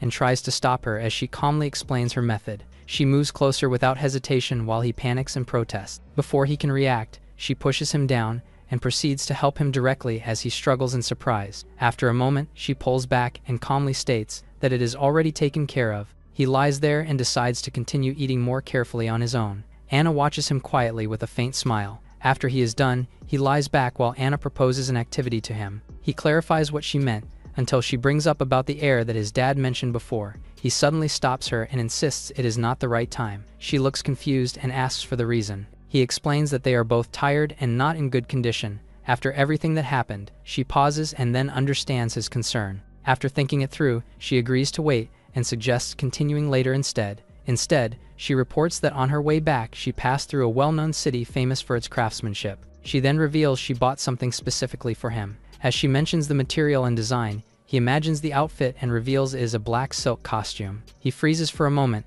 then he quickly denies any interest and tries to brush it off. She calmly points out that he already showed interest in similar things before and reminds him of what he keeps hidden. She adds that she has been wearing black stockings because of him. He is left speechless as he processes her words. After a brief pause, Moon ends up agreeing instead. Anna smiles with satisfaction as she watches his reaction. She tells him she will take care of her duties and leaves the room for the night, while Moon watches her go. After she leaves, his expression changes as he starts thinking carefully. He recalls what he has prepared and notes that everything is finally in place. He checks the timing and realizes he still has enough time before she returns. He then quietly goes to the door. Moon reaches the door and begins unlocking it with a tool. He activates his skill and focuses as the mechanism starts responding. The lock reveals a complex structure as multiple pins align. The strain suddenly hits him and forces him back as he realizes how difficult it is. Moon stares at the lock in shock as he understands just how many layers it has. He studies the mechanism and carefully recalls how the lock works. He realizes each pin must be aligned perfectly or everything resets. He also understands the tool he is using is fragile and could break if he makes a mistake. He tightens his focus as he prepares for another attempt. He knows this is his only chance and cannot afford to fail. He tries again and carefully adjusts each pin. Sweat builds as he keeps repeating the process. Moon pushes through and manages to align most of them, but the pressure overwhelms him. Moon can't help but praise the person responsible for the lock. He steadies himself and checks the time as the pressure builds. He realizes he has only one chance left with the final piece in his hand. After recalling what he learned, he regains his focus and prepares for one last attempt. With determination, he activates his skill again and pushes his power to the limit. In the kitchen, the maids continue preparing the meal as the soup finishes cooking. Noel takes a sip, and her expression brightens as she enjoys the rich flavor. Anna explains the meal is prepared earlier than usual with Noel's help, making it even better than before. Noel suddenly points out that Anna has more free time since their masters are away. She points out that someone has been secretly setting aside food after cooking over the past few days. Noel suddenly reacts as if she figured something out. She guesses that Anna keeps a pet secretly inside the mansion. Noel explains that Moon dislikes small animals, which is why none are allowed inside. She then concludes that keeping a pet would break the rules, and Anna must keep it a secret. Anna asks her to keep the secret, and Noel calmly agrees. She eagerly asks to see the pet, but Anna refuses, and explains it is still shy around strangers. She reassures her, and praises her effort, then turns away as she prepares to leave. After that, Anna walks off alone while thinking about how things could have turned out much worse. She then recalls what was said earlier as she continues moving forward. Moon still tries to escape, while Anna thinks about him being trapped for too long. She reflects calmly on her condition while keeping her thoughts composed. Moon struggles and is clearly exhausted. Anna considers that getting a small animal might help ease his loneliness. She then smiles to herself and decides it would be better to ask him directly. Anna suddenly pauses in shock. She steps forward slowly after seeing the door open. At the same time, Moon finally escapes into the sewer and stumbles forward while following the direction of the wind. He suddenly hits something and reacts in pain as the path ahead is blocked by debris. He looks ahead and realizes he cannot move forward because the passage is completely clogged. Moon recalls the memories and realizes he is already far enough from the cell to be safe. He then forms a glowing light in his hand. He tests it and confirms it can help him navigate and escape faster. Suddenly, a knife strikes from the side and catches him off guard, freezing him in shock. Anna steps into the sewer as dark energy spreads around her. She then appears before him with a cold expression and declares that she has finally found him. Anna rushes forward through the water as dark energy surrounds her. Moon turns in shock as he recognizes her and freezes for a moment. He quickly moves back while thinking about how he just escaped. He grits his teeth and prepares himself as he refuses to give up. Moon uses Shadow Step without hesitation. Anna calmly tells him to stop, while she throws sharp projectiles at high speed toward him. They strike around him in rapid succession, forcing him to dodge while he cries out. Anna watches without emotion as the attack continues. The impact sends debris flying as the force crashes down and overwhelms the area. Anna dashes forward through the debris as broken wood and dust scatter around her. Her steps land sharply as she chases ahead at full speed. The ruined path stretches forward while she continues tracking him. Anna narrows her eyes and questions how he can move that fast. She stops at the door and realizes her seal failed as he still managed to escape. Anna admits she underestimated him but declares he still cannot escape her. She steps closer and gives him a chance to surrender and return. She suddenly unleashes a sharp attack that cuts through the space toward him. Moon freezes in shock as the strike misses. His expression breaks as he starts thinking about giving up and accepting his situation. Anna senses the air and realizes there is no trace of him. She immediately rushes through the tunnel to continue the chase. Time passes as the empty passage remains silent. Moon steadies his breath and realizes she has moved far away. She reaches for the door carefully as a sudden realization flashes across Moon's face. Her eyes sharpen as she looks through a cracked door. Then she releases a wave of dark energy. Her steps echo as the energy settles around her. Anna admits her assumption was wrong and that he has already escaped far away. She turns and moves forward to find him as quickly as possible. Moon thinks it would be dangerous if the others find out while trying to calm himself. A sudden noise startles him as the book slams his head. He flinches and stumbles forward in panic. He realizes she has doubled back and nearly caught him off guard. Moon steadies himself and decides he has no choice but to take a risky move. He bursts forward with force and crashes through the barrier. He pushes against the door and forces it open. He steps outside and feels the rain as he finally clears the exit. Moon looks up in disbelief as he realizes he is free. He spreads his arms under the rain and celebrates. Moon covers his mouth and realizes how close he came to being caught. He realizes there is no time to celebrate as he starts running through the rain.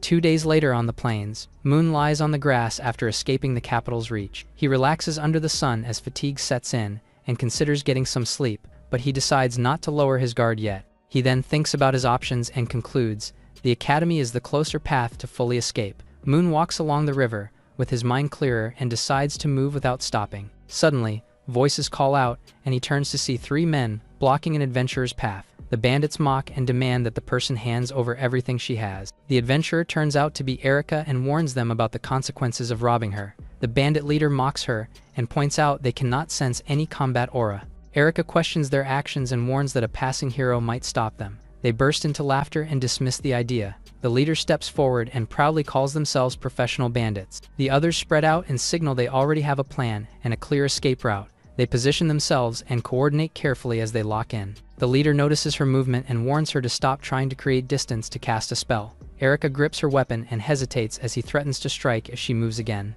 The leader confidently claims no one will come to help since they already secured the area. Suddenly, Moon interrupts the professional bandits. Moon rises from the water and confuses them at first. He steps forward and calls them out for ganging up on Erica, telling them to face him instead. The leader suddenly agrees without hesitation, catching him off guard. He then lets her go despite her confusion. Moon quickly panics and tries to explain he has no money while offering future payment instead. The leader smirks and says he is not after money, then suddenly changes the plan and targets him instead. Moon freezes in shock as he tries to process the situation. He backs away in panic while shouting in confusion. The men move in as Erica steadies herself and prepares her staff. She gathers energy and begins casting as flames start forming around her. Erica releases the spell and a massive explosion engulfs the bandits. Their screams are swallowed by the fire as the attack finishes them instantly. Moon stares in shock at the overwhelming power. Erica lowers her staff and calmly says the threat has been handled. She thanks him for drawing their attention while she prepared the attack. Erica looks at him with confusion and calls out his behavior, but he tries to explain himself. He then introduces himself and reaches out politely. She introduces herself and says she used to be an adventurer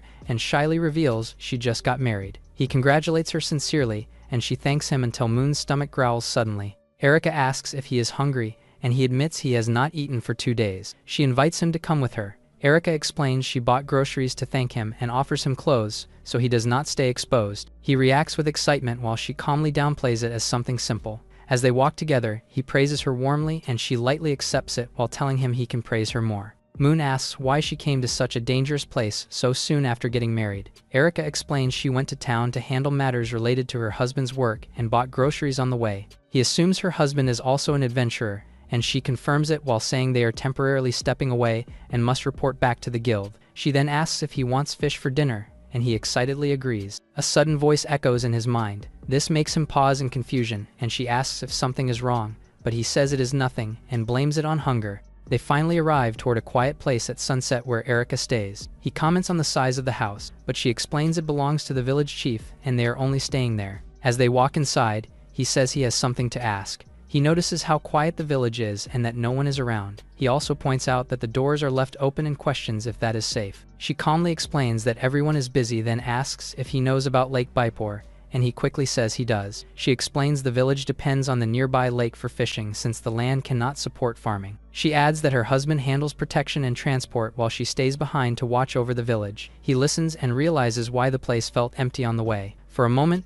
a strange unease crosses his mind. She then invites him inside and he follows her in. Moon feels a strange unease, but he questions if it is just his imagination. Inside, Erica gives him clothes and tells him to wash up while she prepares dinner. He then carefully checks the water for anything unusual. Finding nothing wrong, he drinks it but still feels that something is off. After eating, Moon finishes the meal and praises Erica's cooking. She thanks him but points out he does not seem ordinary. He then reveals his identity. She reacts in surprise as he explains he is being hunted and asks for her help to arrange transport and send a message, while hoping to stay there for a while. Erica laughs lightly and downplays his request, thinking it is nothing serious. He raises the reward and tries to convince her, but she still does not take it seriously at first. He insists and clarifies that everything he said is true, making her finally understand. She then agrees to let him stay for the night and offers him a room. He confirms her answer as she calmly accepts. Erica accepts the reward and agrees to let him stay for the night. She leads him inside and shows him around while explaining the layout. She tells him where to wash up and warns him not to wander or open any doors without permission. She specifically points out a door at the back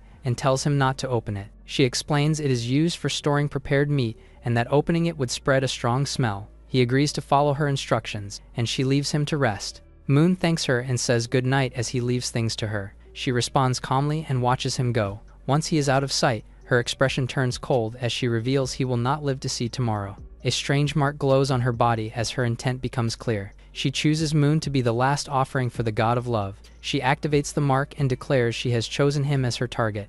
Elsewhere, Anna tracks his scent and confirms his direction. She follows his trail without hesitation as the night deepens. She calmly states that no matter how far he runs, he cannot escape her. Night falls over the house as Moon sleeps soundly in bed. He stirs and wakes up feeling uncomfortable. Realizing he drank too much water, he quickly gets up. He heads out of the room to find a place to go. He peeks out and thinks he saw something outside, then steps into the hallway to check. As he looks around, Erica suddenly appears behind him and startles him. She asks why he is still awake at this hour. He hesitates and tries to respond. He explains he woke up to use the restroom and mentions hearing a strange barking sound. She calmly says it is just her dog and describes it as well-behaved. He shows interest and asks to see it, but she refuses and says it is shy around strangers. He accepts her answer and decides to head to the restroom instead. Erica points him toward the toilet near the well and reminds him not to go the wrong way. Her expression darkens after he leaves. Outside, he reaches the toilet and reacts to the strong smell. As he looks around, his expression shifts as he begins to sense something unusual again.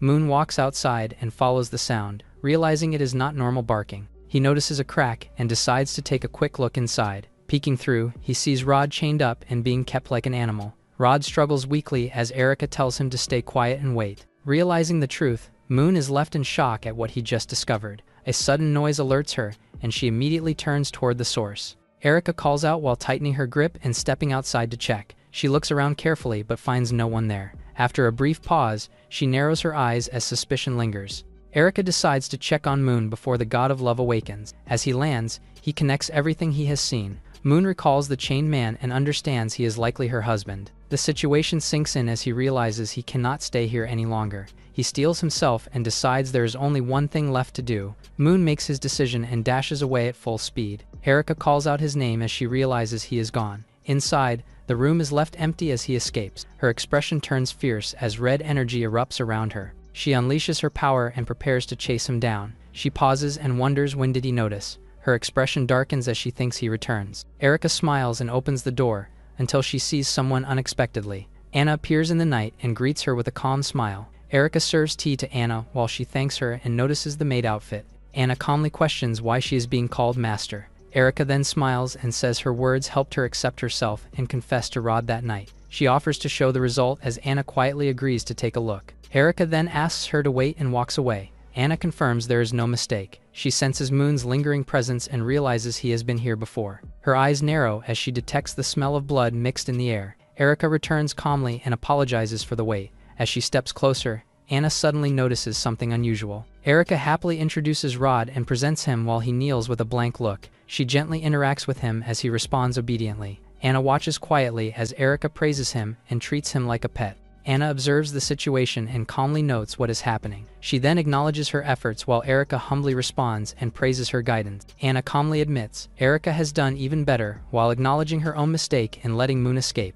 Erica hesitates and asks if the person she means is Moon. Anna confirms it is him. She quickly asks if he came here as Erica nods and explains she found him and brought him home. She then adds that he was here earlier but has already left after she checked on a noise. Erica tells her it has been less than 2 hours. She confidently says she can track him and bring him back. She explains he cannot have gone far and prepares to cast a spell. Erica then leaves the room and tells her to wait. Anna quietly agrees and stays behind. Anna lies on the bed while questioning his escape. She pauses as she senses something nearby and looks up in confusion. She then notices Rod sitting on the floor. He comes back to his senses, then suddenly reacts as she looks in confusion.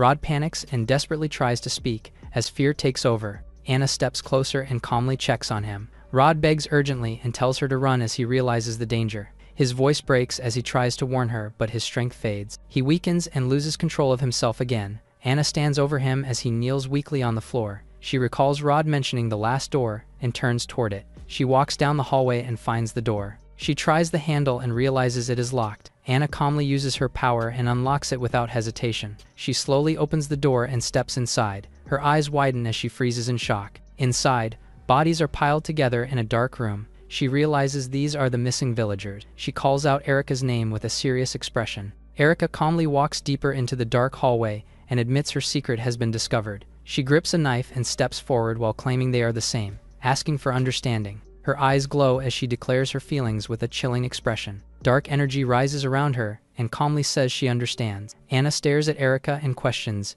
if she has been corrupted by the evil god. Erica lowers her head and lets out a quiet laugh. She suddenly bursts into loud laughter as the red aura intensifies. She then looks up with glowing eyes and calmly defends her beliefs with a chilling smile. She calmly questions the cost behind Erica's power and listens as she explains it was given freely. She claims it only helped her understand herself better and insists they are the same. She raises her blade and steps forward while asking for acceptance. Anna closes her eyes and concludes that Erica is beyond saving. Erica continues approaching with a steady smile and threatening intent. She smiles brightly and believes she has been accepted. Anna suddenly lunges forward to strike, not giving Erica enough time to react. Erica coughs as she is struck and looks confused by the sudden turn. Her body staggers as she falls on the ground. Anna apologizes as she refuses to let Erica harm anyone else. Erica weakly insists she only shared her love. She raises her voice and firmly rejects that twisted belief. Erica lies there and questions what love truly is. Anna calmly explains that real love is not possession,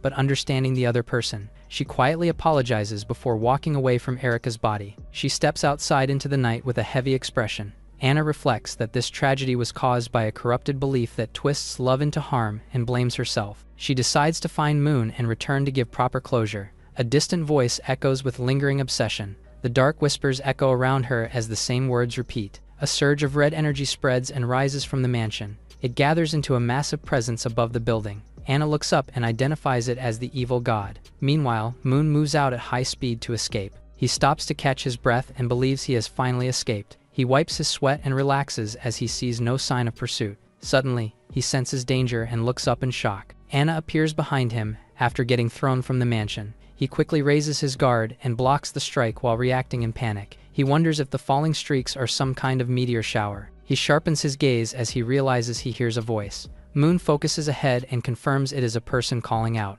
Anna appears in front of him, dropping to her knees. She steadies herself and tells him she knew he was nearby. Moon approaches her and asks why she is injured. Anna stops him and says now is not the time for questions. She tells him she will hold the enemy back and urges him to run.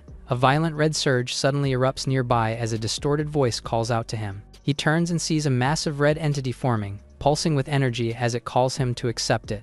Moon stares at Erica, who turned into a monster. She recognizes him as she pulses with intense energy. Erica suddenly attacks using her limbs and blades in a violent surge. Moon braces himself, but he struggles to react in time. Anna appears and warns him to get out of the way immediately. Erica's attack explodes forward in a violent burst. She follows up with a sharp strike that cuts into Anna as she tries to move, but she quickly grabs Moon and pulls him away. They are sent flying as the force pushes them back. Moon looks at Anna in shock as he realizes she got hurt, protecting him. Moon notices her leg is injured, but she insists she is fine. Anna pushes him back as she tells him to run, while she holds Erica off. She reassures him that she will deal with Erica and come back for him. Anna turns to face the monster as she rises again. Erica surges forward with a terrifying presence as she prepares to attack both of them. She unleashes a massive beam, while Anna stands her ground and raises a defensive barrier. Moon focuses and activates his ability. Shocking Anna, he moves instantly and reappears beside her at full power to dodge the attack. The impact sends shockwaves through the area as they escape the strike. Anna looks at him in confusion, but Moon tells her that he cannot just leave her to die. He carries her firmly as he declares he will handle this himself. Erica's power surges again and closes in as he moves while holding her. Moon lands and steadies himself while keeping her protected in his arms. Moon catches his breath. Anna looks at him with concern while he reassures her that they will be safe soon. He notices something behind them, showing Erica rising again as it calls out and prepares another attack. Moon tightens his hold on her and tells her to hold on and not let go. Erika lunges forward again as her red mass stretches toward them. Moon dives into the water while holding Anna as the attack crashes down. He realizes the creature cannot stay solid in water. Erika's body begins to break apart as she hits the water and loses her form. Moon suddenly turns and pauses in shock. Moon realizes Anna cannot swim as she begins to lose consciousness. He hesitates for a moment but then pulls her closer as he decides what to do. He leans in and shares air with her to keep her breathing underwater. Above them, Erika's form breaks apart and slowly reforms. She pauses as she notices the scent has disappeared and begins to look around. Erika grows frustrated as she questions why her feelings are not accepted. She unleashes a violent surge of attacks as her body expands and lashes out wildly. She then decides to move on and search for another target. She declares that she will return once she becomes stronger and disappears from the area. Moon brings her to a safe spot and tells her to endure the pain for a bit. She reacts to the pain, but follows his lead as he finishes treating it. He explains the injury needs proper care later but confirms the bleeding has stopped. Anna looks at him in confusion. She then recalls what she did to him and assumes he should have abandoned her. Moon asks if she realizes her mistake now and listens as she admits her fault. Anna explains that the situation caused harm and accepts responsibility for what happened. She then reflects on her actions and admits she nearly caused his death. He reaches out and stops her. He clarifies that her feelings were not wrong, but the way she acted was the problem. Moon tells her she cannot act that way anymore, as he confirms he is fine. Anna looks at him quietly as she listens to his words. He then closes his eyes and feels proud about himself. Anna suddenly reacts and leans into him as she tightly. Moon is caught off guard as she clings to him and refuses to let go. Anna admits her mistake as she reflects on her actions. She composes herself and prepares to move. She confirms her strength has returned and stands up with renewed focus. Anna suddenly feels the pain which worries him instantly. Moon warns him not to push herself since she is still weak. He confirms there is no movement as the area becomes quiet.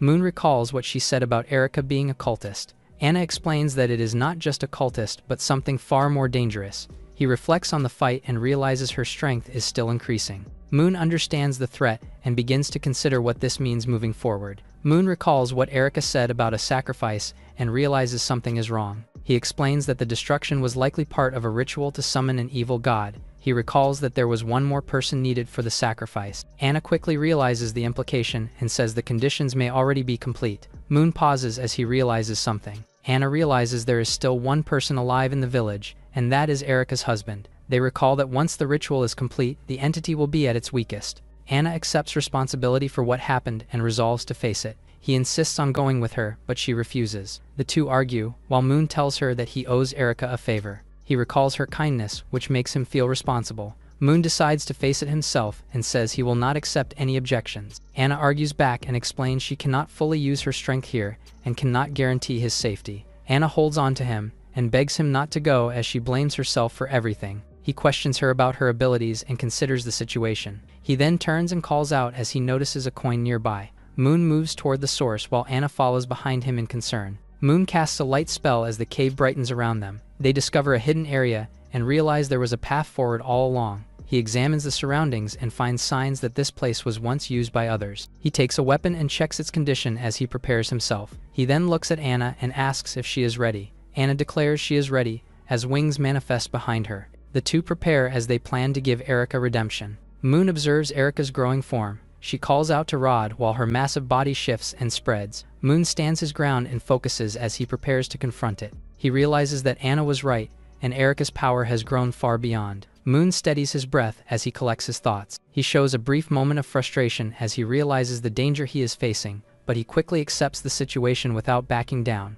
Moon decides there is no other choice and resolves to finish this fight. He calls out to Erika and declares his intent to end it here. He spreads his arms and draws her attention as he prepares his next move. Erika mocks him as she waits for his response. Moon firmly rejects her love and makes his stance clear. He declares himself and commits to the fight without hesitation. Moon leaps forward and dives straight toward the battlefield, while Erika reacts as she prepares to face his incoming attack. She surges forward as she swings her massive form. Erika focuses on Moon and prepares to crush him as she closes the distance. Moon keeps his trajectory and continues descending from above. Moments before, he explained to Anna that Erika could not be defeated by normal means. The goal was not to defeat Erika directly, but to find the source of her power. He told her to clear a path, while he moved in and searched for the power source. However, Anna refused to follow his direction, finding it dangerous and suggested that they escape instead. Moon told her there were only 2 of them, so he would act as the bait. He smiled and entrusted the plan to her as he prepared to move. She looked at him with concern as she listened carefully.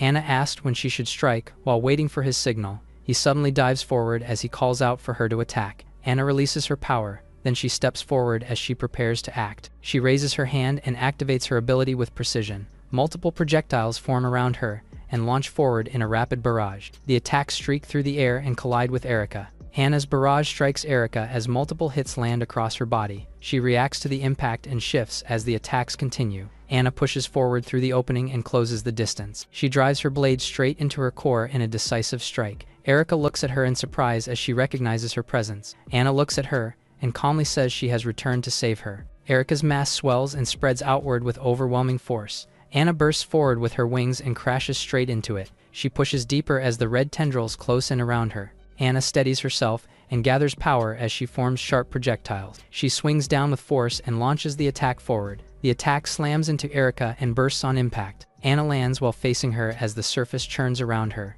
Erika explains that silver is normally effective but has no effect this time, and she rises while declaring herself a god. Suddenly, she pauses after someone questions her. Moon leaps into the air and calls for an opening, and he spins down with a powerful strike into Erika's body. He sees the impact split something inside and believes the core should be exposed, and a sharp blade pierces into Erika's form. Anna reacts immediately and uses her Iron Emperor skill. Erika suddenly lashes out and strikes him directly, sending him crashing into the ground. He struggles as debris bursts around him, and he admits the attack nearly killed him and realizes he only survived because of Anna's protection. At the same time, a glowing red core forms as she reveals she has been waiting for him. Erika smiles and urges him to accept her as her. Anna rushes in while calling out to him, trying to reach him before it is too late.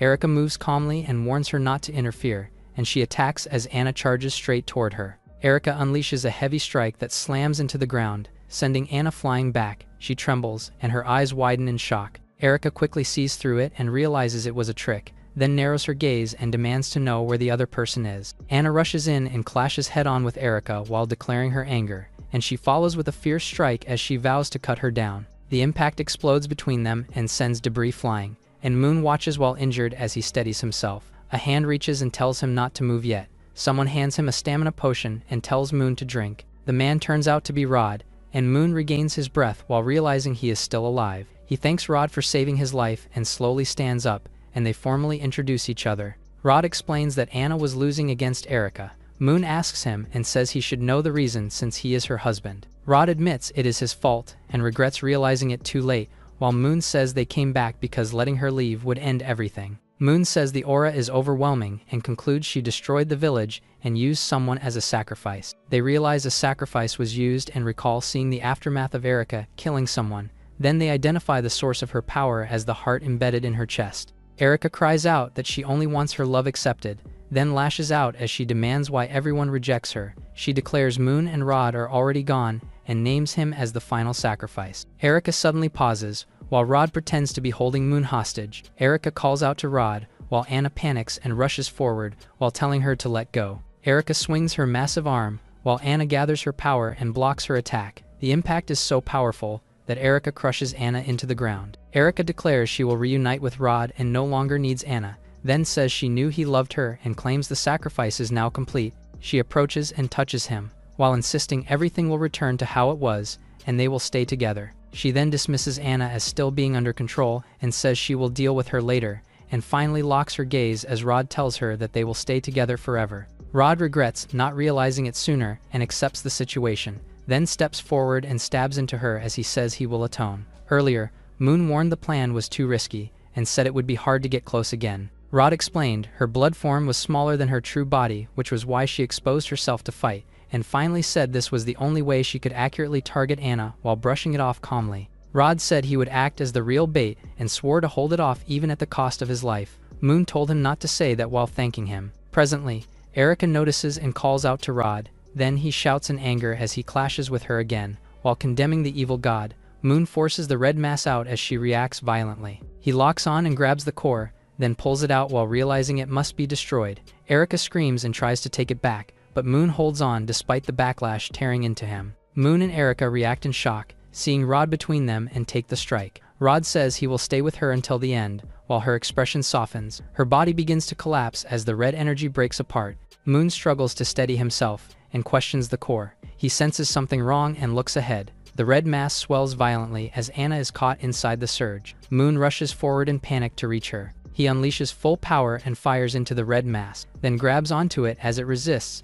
and pulls back. He shouts in anger while being dragged closer as it tries to swallow Anna. The monster forms a massive face and roars while he realizes there is no other choice, and he takes a gamble and calls out the Black Book. Moon cries for help as the red mass consumes him and begs for power, then suddenly appears inside a strange space and realizes it is the Black Book. He sees the book before him and asks if it can save Anna, and it responds as it begins to move toward him. He looks up in confusion as he senses something above him. Then a massive fiery vortex opens in the space, and he reacts in shock as he realizes where he is. Moon stares ahead in shock as he senses the powerful entity. He clenches his teeth as the presence is revealed to be the King of Wither, a catastrophic being, then calls to his Black Book. Moon snaps in frustration after realizing that the Black Book introduces him to another evil god. Flames surge wildly around Moon while the god calls out to him. He quickly submits to the overwhelming presence and offers his cooperation. The blazing eye looms closer as it tempts him with power.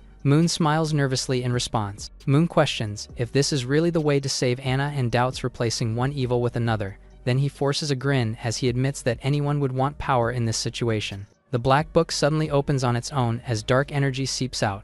The fiery eye reacts as flames surge violently while the presence grows more intense. Moon grows uneasy and senses the presence showing clear displeasure. He is caught off guard when it suddenly declares the transaction complete. Moon freezes in confusion as the fiery eye expands and offers its power, testing if he will truly accept it, and the flames intensify as the force of the evil god begins to merge with him. Moon admits he does not want to be tied to an evil power, but realizes he has no choice. If he wants to save Anna, then he steels himself and boldly calls out to the King of Wither. The blazing eye responds with interest and agrees to follow the contract, while the flames surge violently as the force fully descends upon him. Moon looks ahead in confusion as the presence leaves him with a cold and distant response. Moon screams in pain while the power floods his body, and realizes this is the cost of taking that power. He steadies himself despite the agony and focuses on the overwhelming force, then launches forward through the raging flames as he declares his intent to fight back. The fiery entity reacts as the clash begins, and Moon pushes through the heat with sheer determination. A burst of blue energy collides against the raging red flames, and he charges through the air while facing the massive fiery entity. The god of love recognizes that overwhelming power. In the distance, Anna is unconscious as Moon tells her to wait for him. Moon finally confronts the god of love, noticing her fear in her face. Moon points out that it is only fair that the god of Wither can lend him power. He notes that he pays a huge price to gain recognition for his power, declaring that the fight should be over. He gathers the surging blue energy into a single point. The power condenses into a focused attack as he unleashes it forward, releasing a devastating strike. God of Love's distorted figure is consumed within the blast as she lets out a desperate scream. The energy continues to press down until the resistance fades, and Moon lowers his hand as he realizes the overwhelming power he now controls. He quickly realizes the enemy is still not fully gone. Then the weakened figure emerges and admits her plan was ruined by him. She recognizes him and leaves a final warning before her presence fades away into the smoke. Moon stands there in silence as the battlefield finally calms. He quickly denies the connection and brushes it off, then corrects that it should have been Ariel and not him. The last traces of the enemy disappear into the air as the battlefield returns to normal. Moon reflects on what just happened and realizes the danger has passed, though he acknowledges he may need to rely on that power again if it returns. He hears Anna call out and turns toward her, then quickly rushes over and pulls her into a tight embrace. She clings to him as she admits she thought she would lose him, and he reassures her that everything is over and she is safe now. She calms down and asks what happened. Moon decides to keep the deal with the evil god a secret to avoid worrying her and explains that the threat is resolved. Anna listens closely as he reminds her there is still something important they need to do. Then they both turn as they look at Erica. She is still barely holding on, prompting them to rush over. Erica weakly calls Anna, then asks if everything is finally over. She confirms the evil influence is gone, and she relaxes slightly before apologizing for hiding the truth from her. Erica explains her actions were driven by fear of losing Anna, and she tries to justify what happened. Erica explains she acted that way because she wanted to keep up with Rod and had been hiding her feelings, then calmly states that she did not fail. She recalls confessing to Rod but being unable to stay with him, and reveals the reason is because Tia is already carrying his child, knowing Rod chose responsibility over his feelings for Erika. Anna questions the situation, and Erika admits her doubts. She then reveals she turned to the evil god to confirm the truth. She recalls making that wish, which led to a violent outcome she cannot undo. Erika learned that everything was built on a lie and accepted the consequences, realizing too late how far things have gone. Rod saw what happened, so Erika made a second wish again for Rod to accept her love. Erika wishes she met Anna earlier, then she cries as she regrets not confessing her love for Rod before. She hopes that Anna can also find happiness, to prove her wrong that love can also bring beautiful things. In a quiet plain, Erika and Rod's graves lie side by side beneath the open sky. Anna says she is fine now as she prepares to move forward. Moon goes next to her, as Erika and Rod's names rest on the marker. They quietly pay their respects, and Moon brushes it off as the matter is officially settled. He notices something is bothering Anna and asks what is wrong. She admits she has been thinking about Erika and realizes she has been wrong. Anna questions if what she feels is truly love. Moon considers it and suggests she may have mistaken possessiveness for love. She reflects on his words as they both struggle to clearly define the difference, realizing how easily emotions can be misunderstood. Moon looks up at the clear sky and wonders what love truly is, then turns to her and asks if she has anything more to say. Anna hesitates and recalls a moment when he once suggested they could be together, then gathers her courage and asks if they can start over. Moon pauses briefly, and she quickly follows up by confirming their next destination. She shyly explains she will continue serving him, but hesitates as she tries to express her feelings. Moon suddenly reaches her hand and stops her mid-sentence. He gently leads her forward without hesitation, and he tells her they are going home. Anna smiles softly as they continue walking, while he feels relieved knowing things ended without further trouble. He reflects that the outcome has changed, and the worst case no longer exists. He lies down after returning home. As the moment settles, he suddenly feels a familiar dizziness, as everything fades around him. He questions what caused everything to rewind,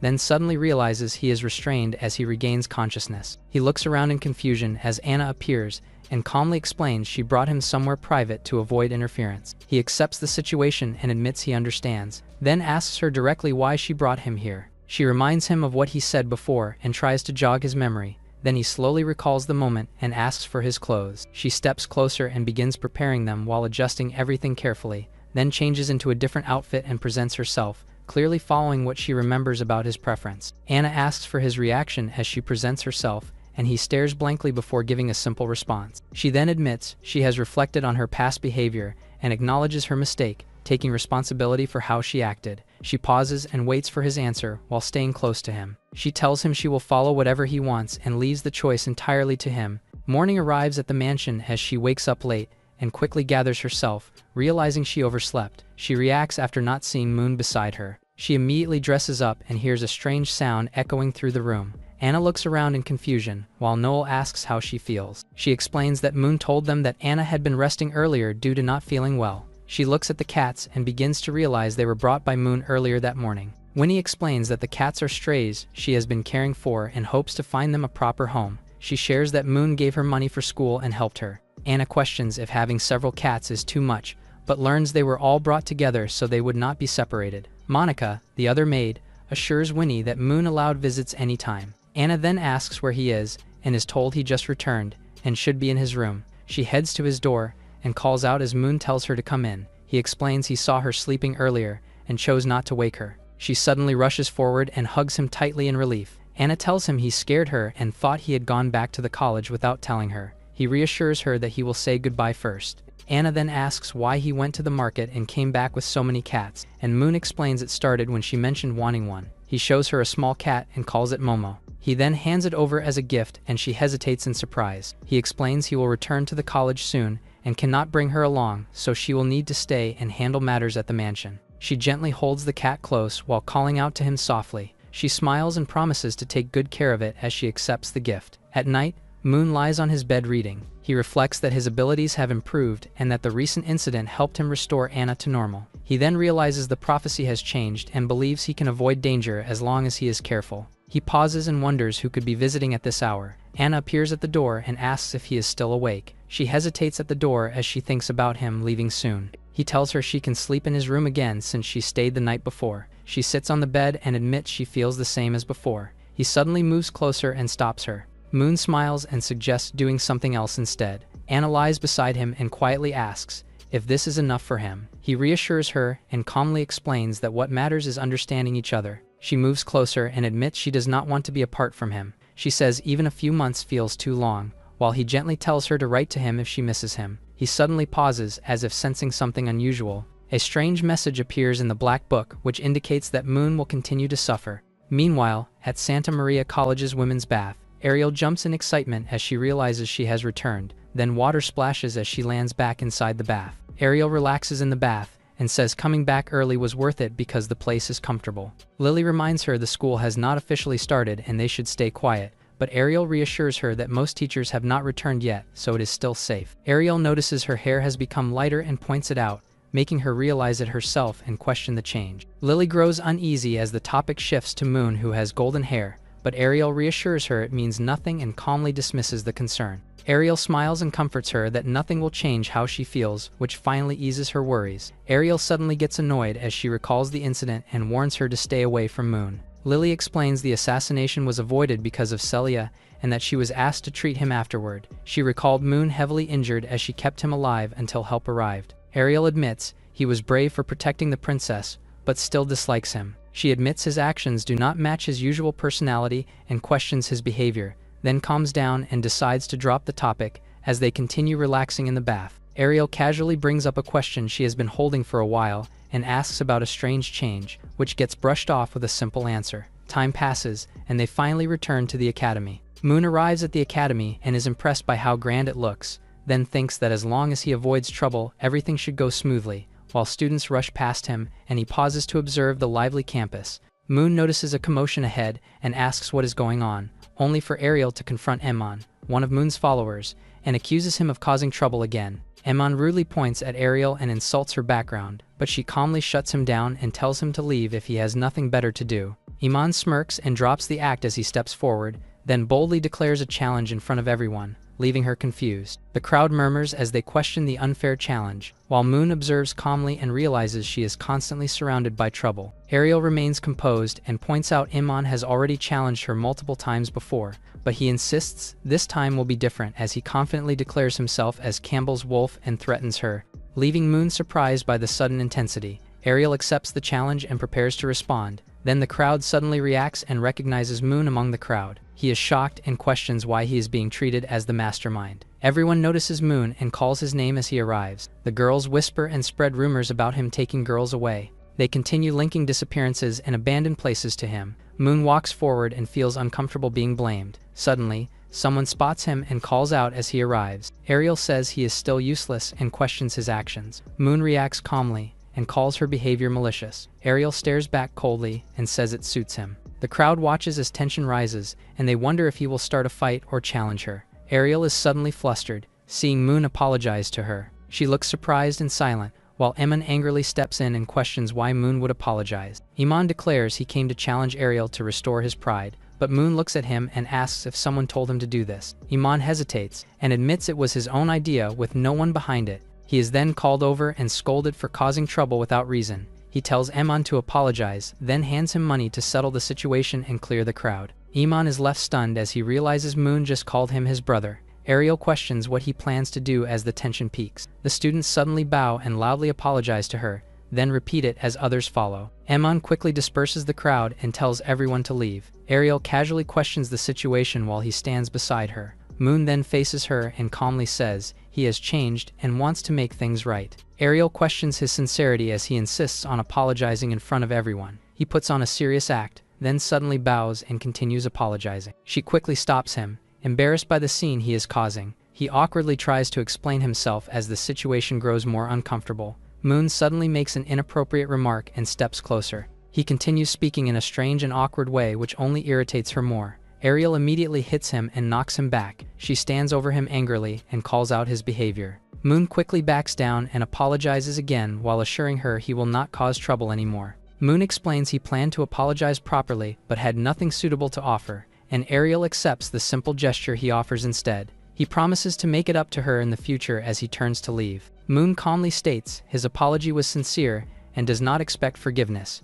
He says goodbye and expresses hope they can move on as normal classmates. Ariel stays silent for a moment, then looks confused as she processes everything. She suddenly calls out to stop him and rushes after him. Moon pauses and turns his head as she calls his name. She runs toward him at full speed while shouting for him to stop. Ariel casually accepts the idea of taking the money as a gift. Meanwhile, Nana observes from above and comments on the situation with interest. She then smirks and considers secretly targeting Moon and brushing it off as something that will not cause problem. The elders observe from a distance and note that the situation has already settled. Plan, head of the magic department, discusses what just happened and questions why he is still with her despite everything. Glenn from the potions department comments that Moon's actions are unusual and worth watching. Plan reacts in shock and refuses to believe what he saw. They recall Moon's past behavior and note how arrogant he used to be. Some students run off while others recall the ridiculous things he did last year. Moon stays calm as someone reads his lips and claims he has already changed. Plan argues about it as he strongly denies the possibility. Glenn points out the obvious bias, while Plan becomes furious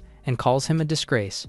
Glenn questions why he remains in the academy despite lacking talent and suggests sending him elsewhere. Plan argues he has not broken any rules and reminds them of his background and family influence. They consider the political impact of his position and connections. They then observe his recent actions and note the small but unusual changes in his behavior. Glenn reacts with interest as he continues watching Moon closely. They are shocked to see him bowing to the statue of the first dean. Moon casually explains it while acting respectful. He then reveals he accidentally damaged the statue and tries to cover it up. He sincerely apologizes and promises to make up for it in the future. The elders are stunned and praise his behavior, noting how rare it is to see someone show such respect. Glenn mocks the claim and dismisses it as meaningless after just one day. Plan insists a person's nature cannot change so easily and decides to keep watching him. Glenn laughs it off but remains curious about what will happen next, and then remarks that the upcoming entrance exam will be interesting. Moon arrives at the dorm and receives the key to his room. He politely thanks the dorm's supervisor and leaves a good impression.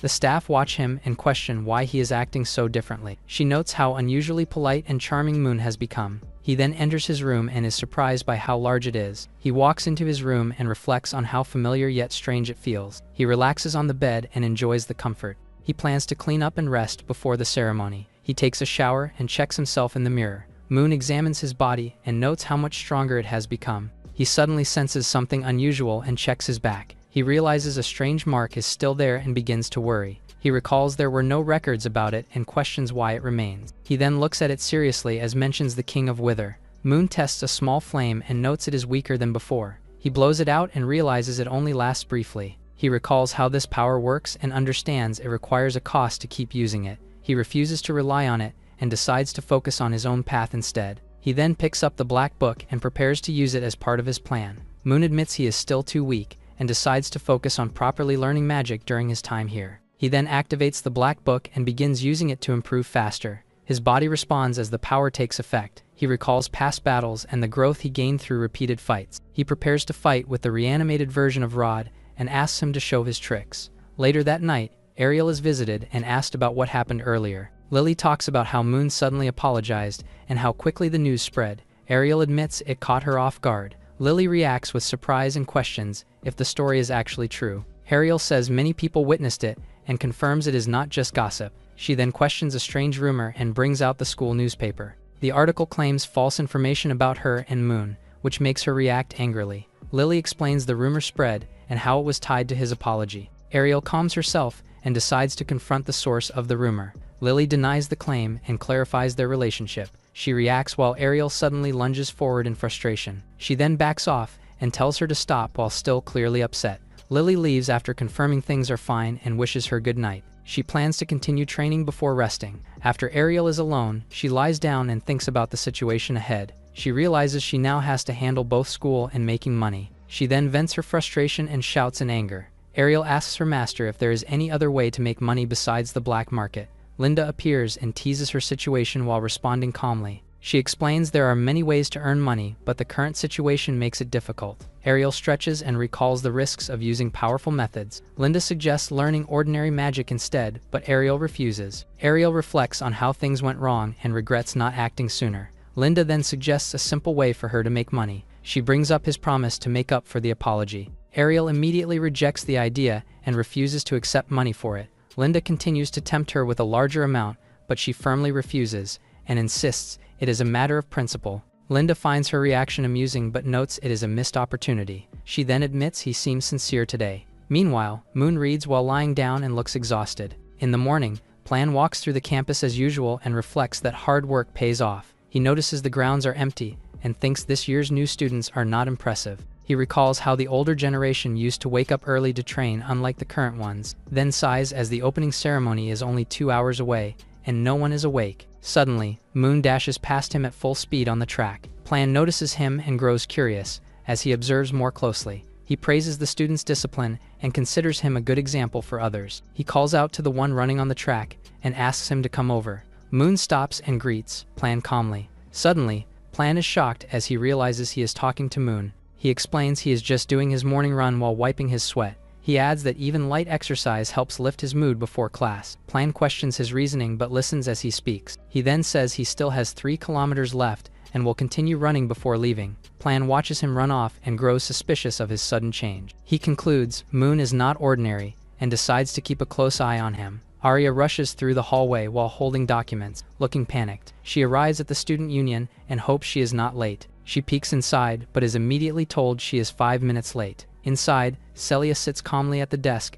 as Arya quickly apologizes. She corrects her and tells her to stop using formal titles in school, then reminds her to address her properly. Arya hands over the collected information of the new students while Celia calmly reviews documents at her desk. She mentions she is preparing a speech and points out Arya's tired appearance. Arya nervously reacts as she realizes it was noticed. Celia questions if she stayed up reading novels again and warns that such stories could affect her discipline. She then considers banning those books, causing Arya to panic and beg her not to. Celia stands by the window as the breeze flows in and calmly reflects that spring has arrived earlier than usual. Arya listens and mentions that it was still snowing in her hometown when she returned. She then reaches up to clean the shelves, but suddenly hears someone call out to her. She pauses and turns back with a confused look. Arya notices Celia staring and asks what she is looking at, then sees Moon. She reacts with annoyance and assumes he caused trouble again. Arya questions why Celia does not know about it, but she simply admits she has no idea. Realizing something,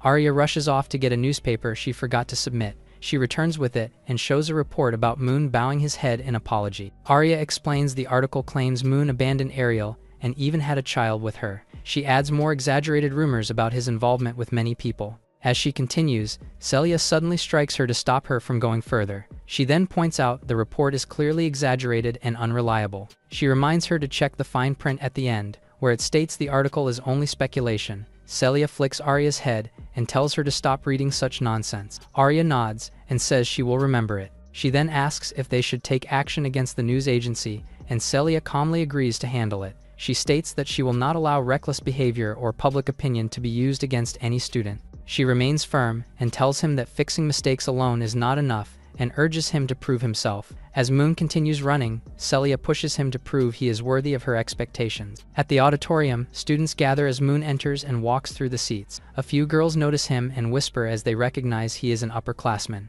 They admire his appearance as he calmly adjusts his uniform. He looks over and gives a small smile, catching their attention. He then scans the room and carefully looks for his assigned seat. As he walks in, a group quickly calls out to him excitedly. Hemin and Gru are surprised he showed up early. Moon casually says he is only here for the ceremony and to see his brothers. They look at him with admiration as he speaks calmly. Suddenly, they become emotional and loudly express their loyalty to him. Ariel suddenly scolds the noisy group and warns them that the ceremony is about to begin. They quickly quiet down and apologize as she glares at them. She turns away with a cold expression as the atmosphere settles. Moments later, an announcement echoes through the auditorium, ordering everyone to remain silent as the opening ceremony begins. Arya announces that Celia will give a speech for the new students. Celia steps onto the stage with a composed expression. The students watch in awe as they see her for the first time and quietly admire her presence. They begin discussing the student union and consider joining it.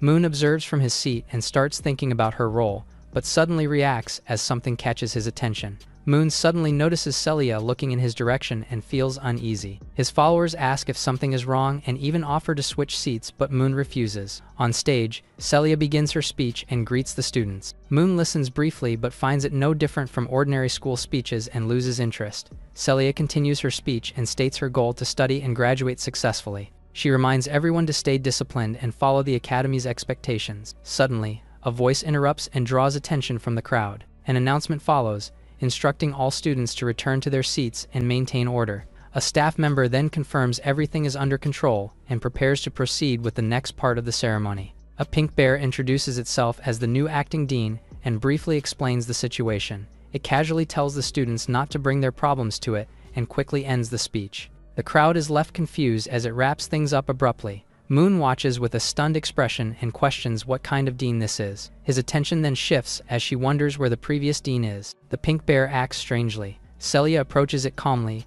as it questions her presence and suggests she might cause trouble. She responds that she has no intention of causing any issues and remains composed. It continues speaking oddly, but she stays unfazed and listens. The pink bear denies knowing anything. Celia turns and leaves and connects it to the dean's long-term research and realizes the matter is extremely serious. As she walks forward, she quietly suspects it may be related to the evil gods. Moon walks outside while reviewing the course options. He realizes most subjects are not suitable for him and decides to focus on rebuilding his foundation in magic. He looks through the schedule and quickly makes his choice. He selects the Introductory Magic Fundamentals class as his first step. He decides to change his future and become a completely different person within 3 years. In class, the lesson begins as Moon listens while struggling to follow the explanation. He finds the concepts confusing when combined together. As the teacher invites questions, he raises his hand. The trainee teacher, Fran, notices him and recognizes his name. She recalls his bad reputation and wonders why he suddenly showed up to class. Fran freezes for a moment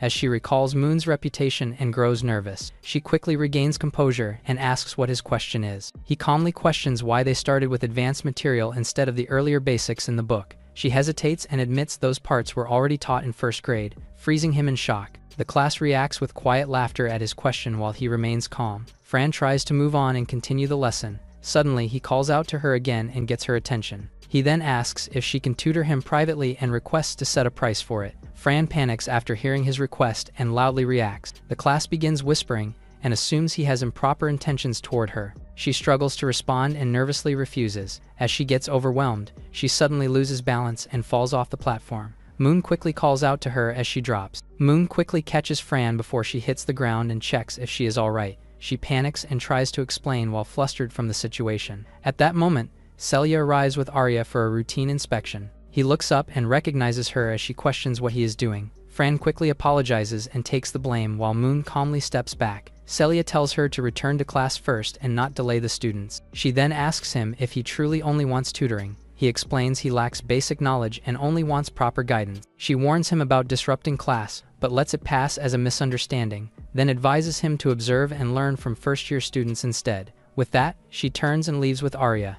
Moon reflects on Celia's advice and agrees that relearning the basics is the fastest solution. He struggles with the idea but realizes his biggest problem is time. He then comes up with a plan to use the library and study efficiently. Confident in his idea, he heads straight toward the library. Nana is in the library complaining about the cold while holding a book, then suddenly notices something nearby. She looks over and spots Moon reading quietly between the shelves. Recognizing him, she becomes curious and decides to approach him out of boredom. In the library, Moon begins studying on his own and records the content from books. He plans to use a time difference method to learn faster and pushes himself to focus.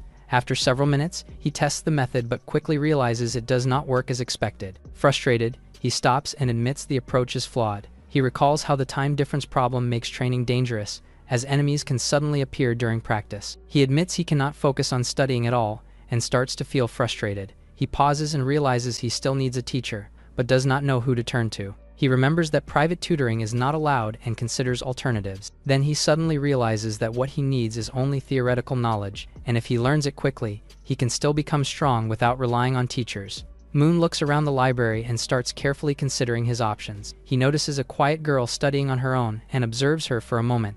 After thinking it through, he decides she is the right choice and approaches her directly. She greets him calmly, though she still looks confused by his sudden presence. He smiles slightly as he recognizes her. Sally is startled when he calls out to her, then greets him nervously. She tries to leave, but he quickly stops her. He assures her he means no harm and asks for her help. He brings up private tutoring and offers a reward, leaving her confused. She suddenly recalls how he mistreated her before. He offers to pay any price if she agrees to tutor him. She suddenly hits him and gets angry. Sally scolds him and calls him shameless. She storms off and leaves him behind. He just sits there, confused by her reaction. Nana steps in and calmly reminds them to keep quiet in the library, her tone firm but composed. She calls out to him and draws his attention. He turns and recognizes her right away. She asks what happened, and he explains the situation in detail. She listens carefully without interrupting, then concludes it was just a misunderstanding and gently eases the tension. Nana stops him and uses magic to heal his injury, restoring it in an instant. She reassures him while he watches calmly. He asks if healing can be done without chanting, and she gives a simple and direct answer. He takes note of it and begins thinking it through. She then reminds him to take better care of his body, before casually pointing out that he is already well known in the academy. He asks why she is not avoiding him like the others. She explains that most people see him as trouble and choose to keep their distance. She adds that they fear what he might do, so staying away feels safer to them. She leans in and quietly challenges him, watching his reaction closely.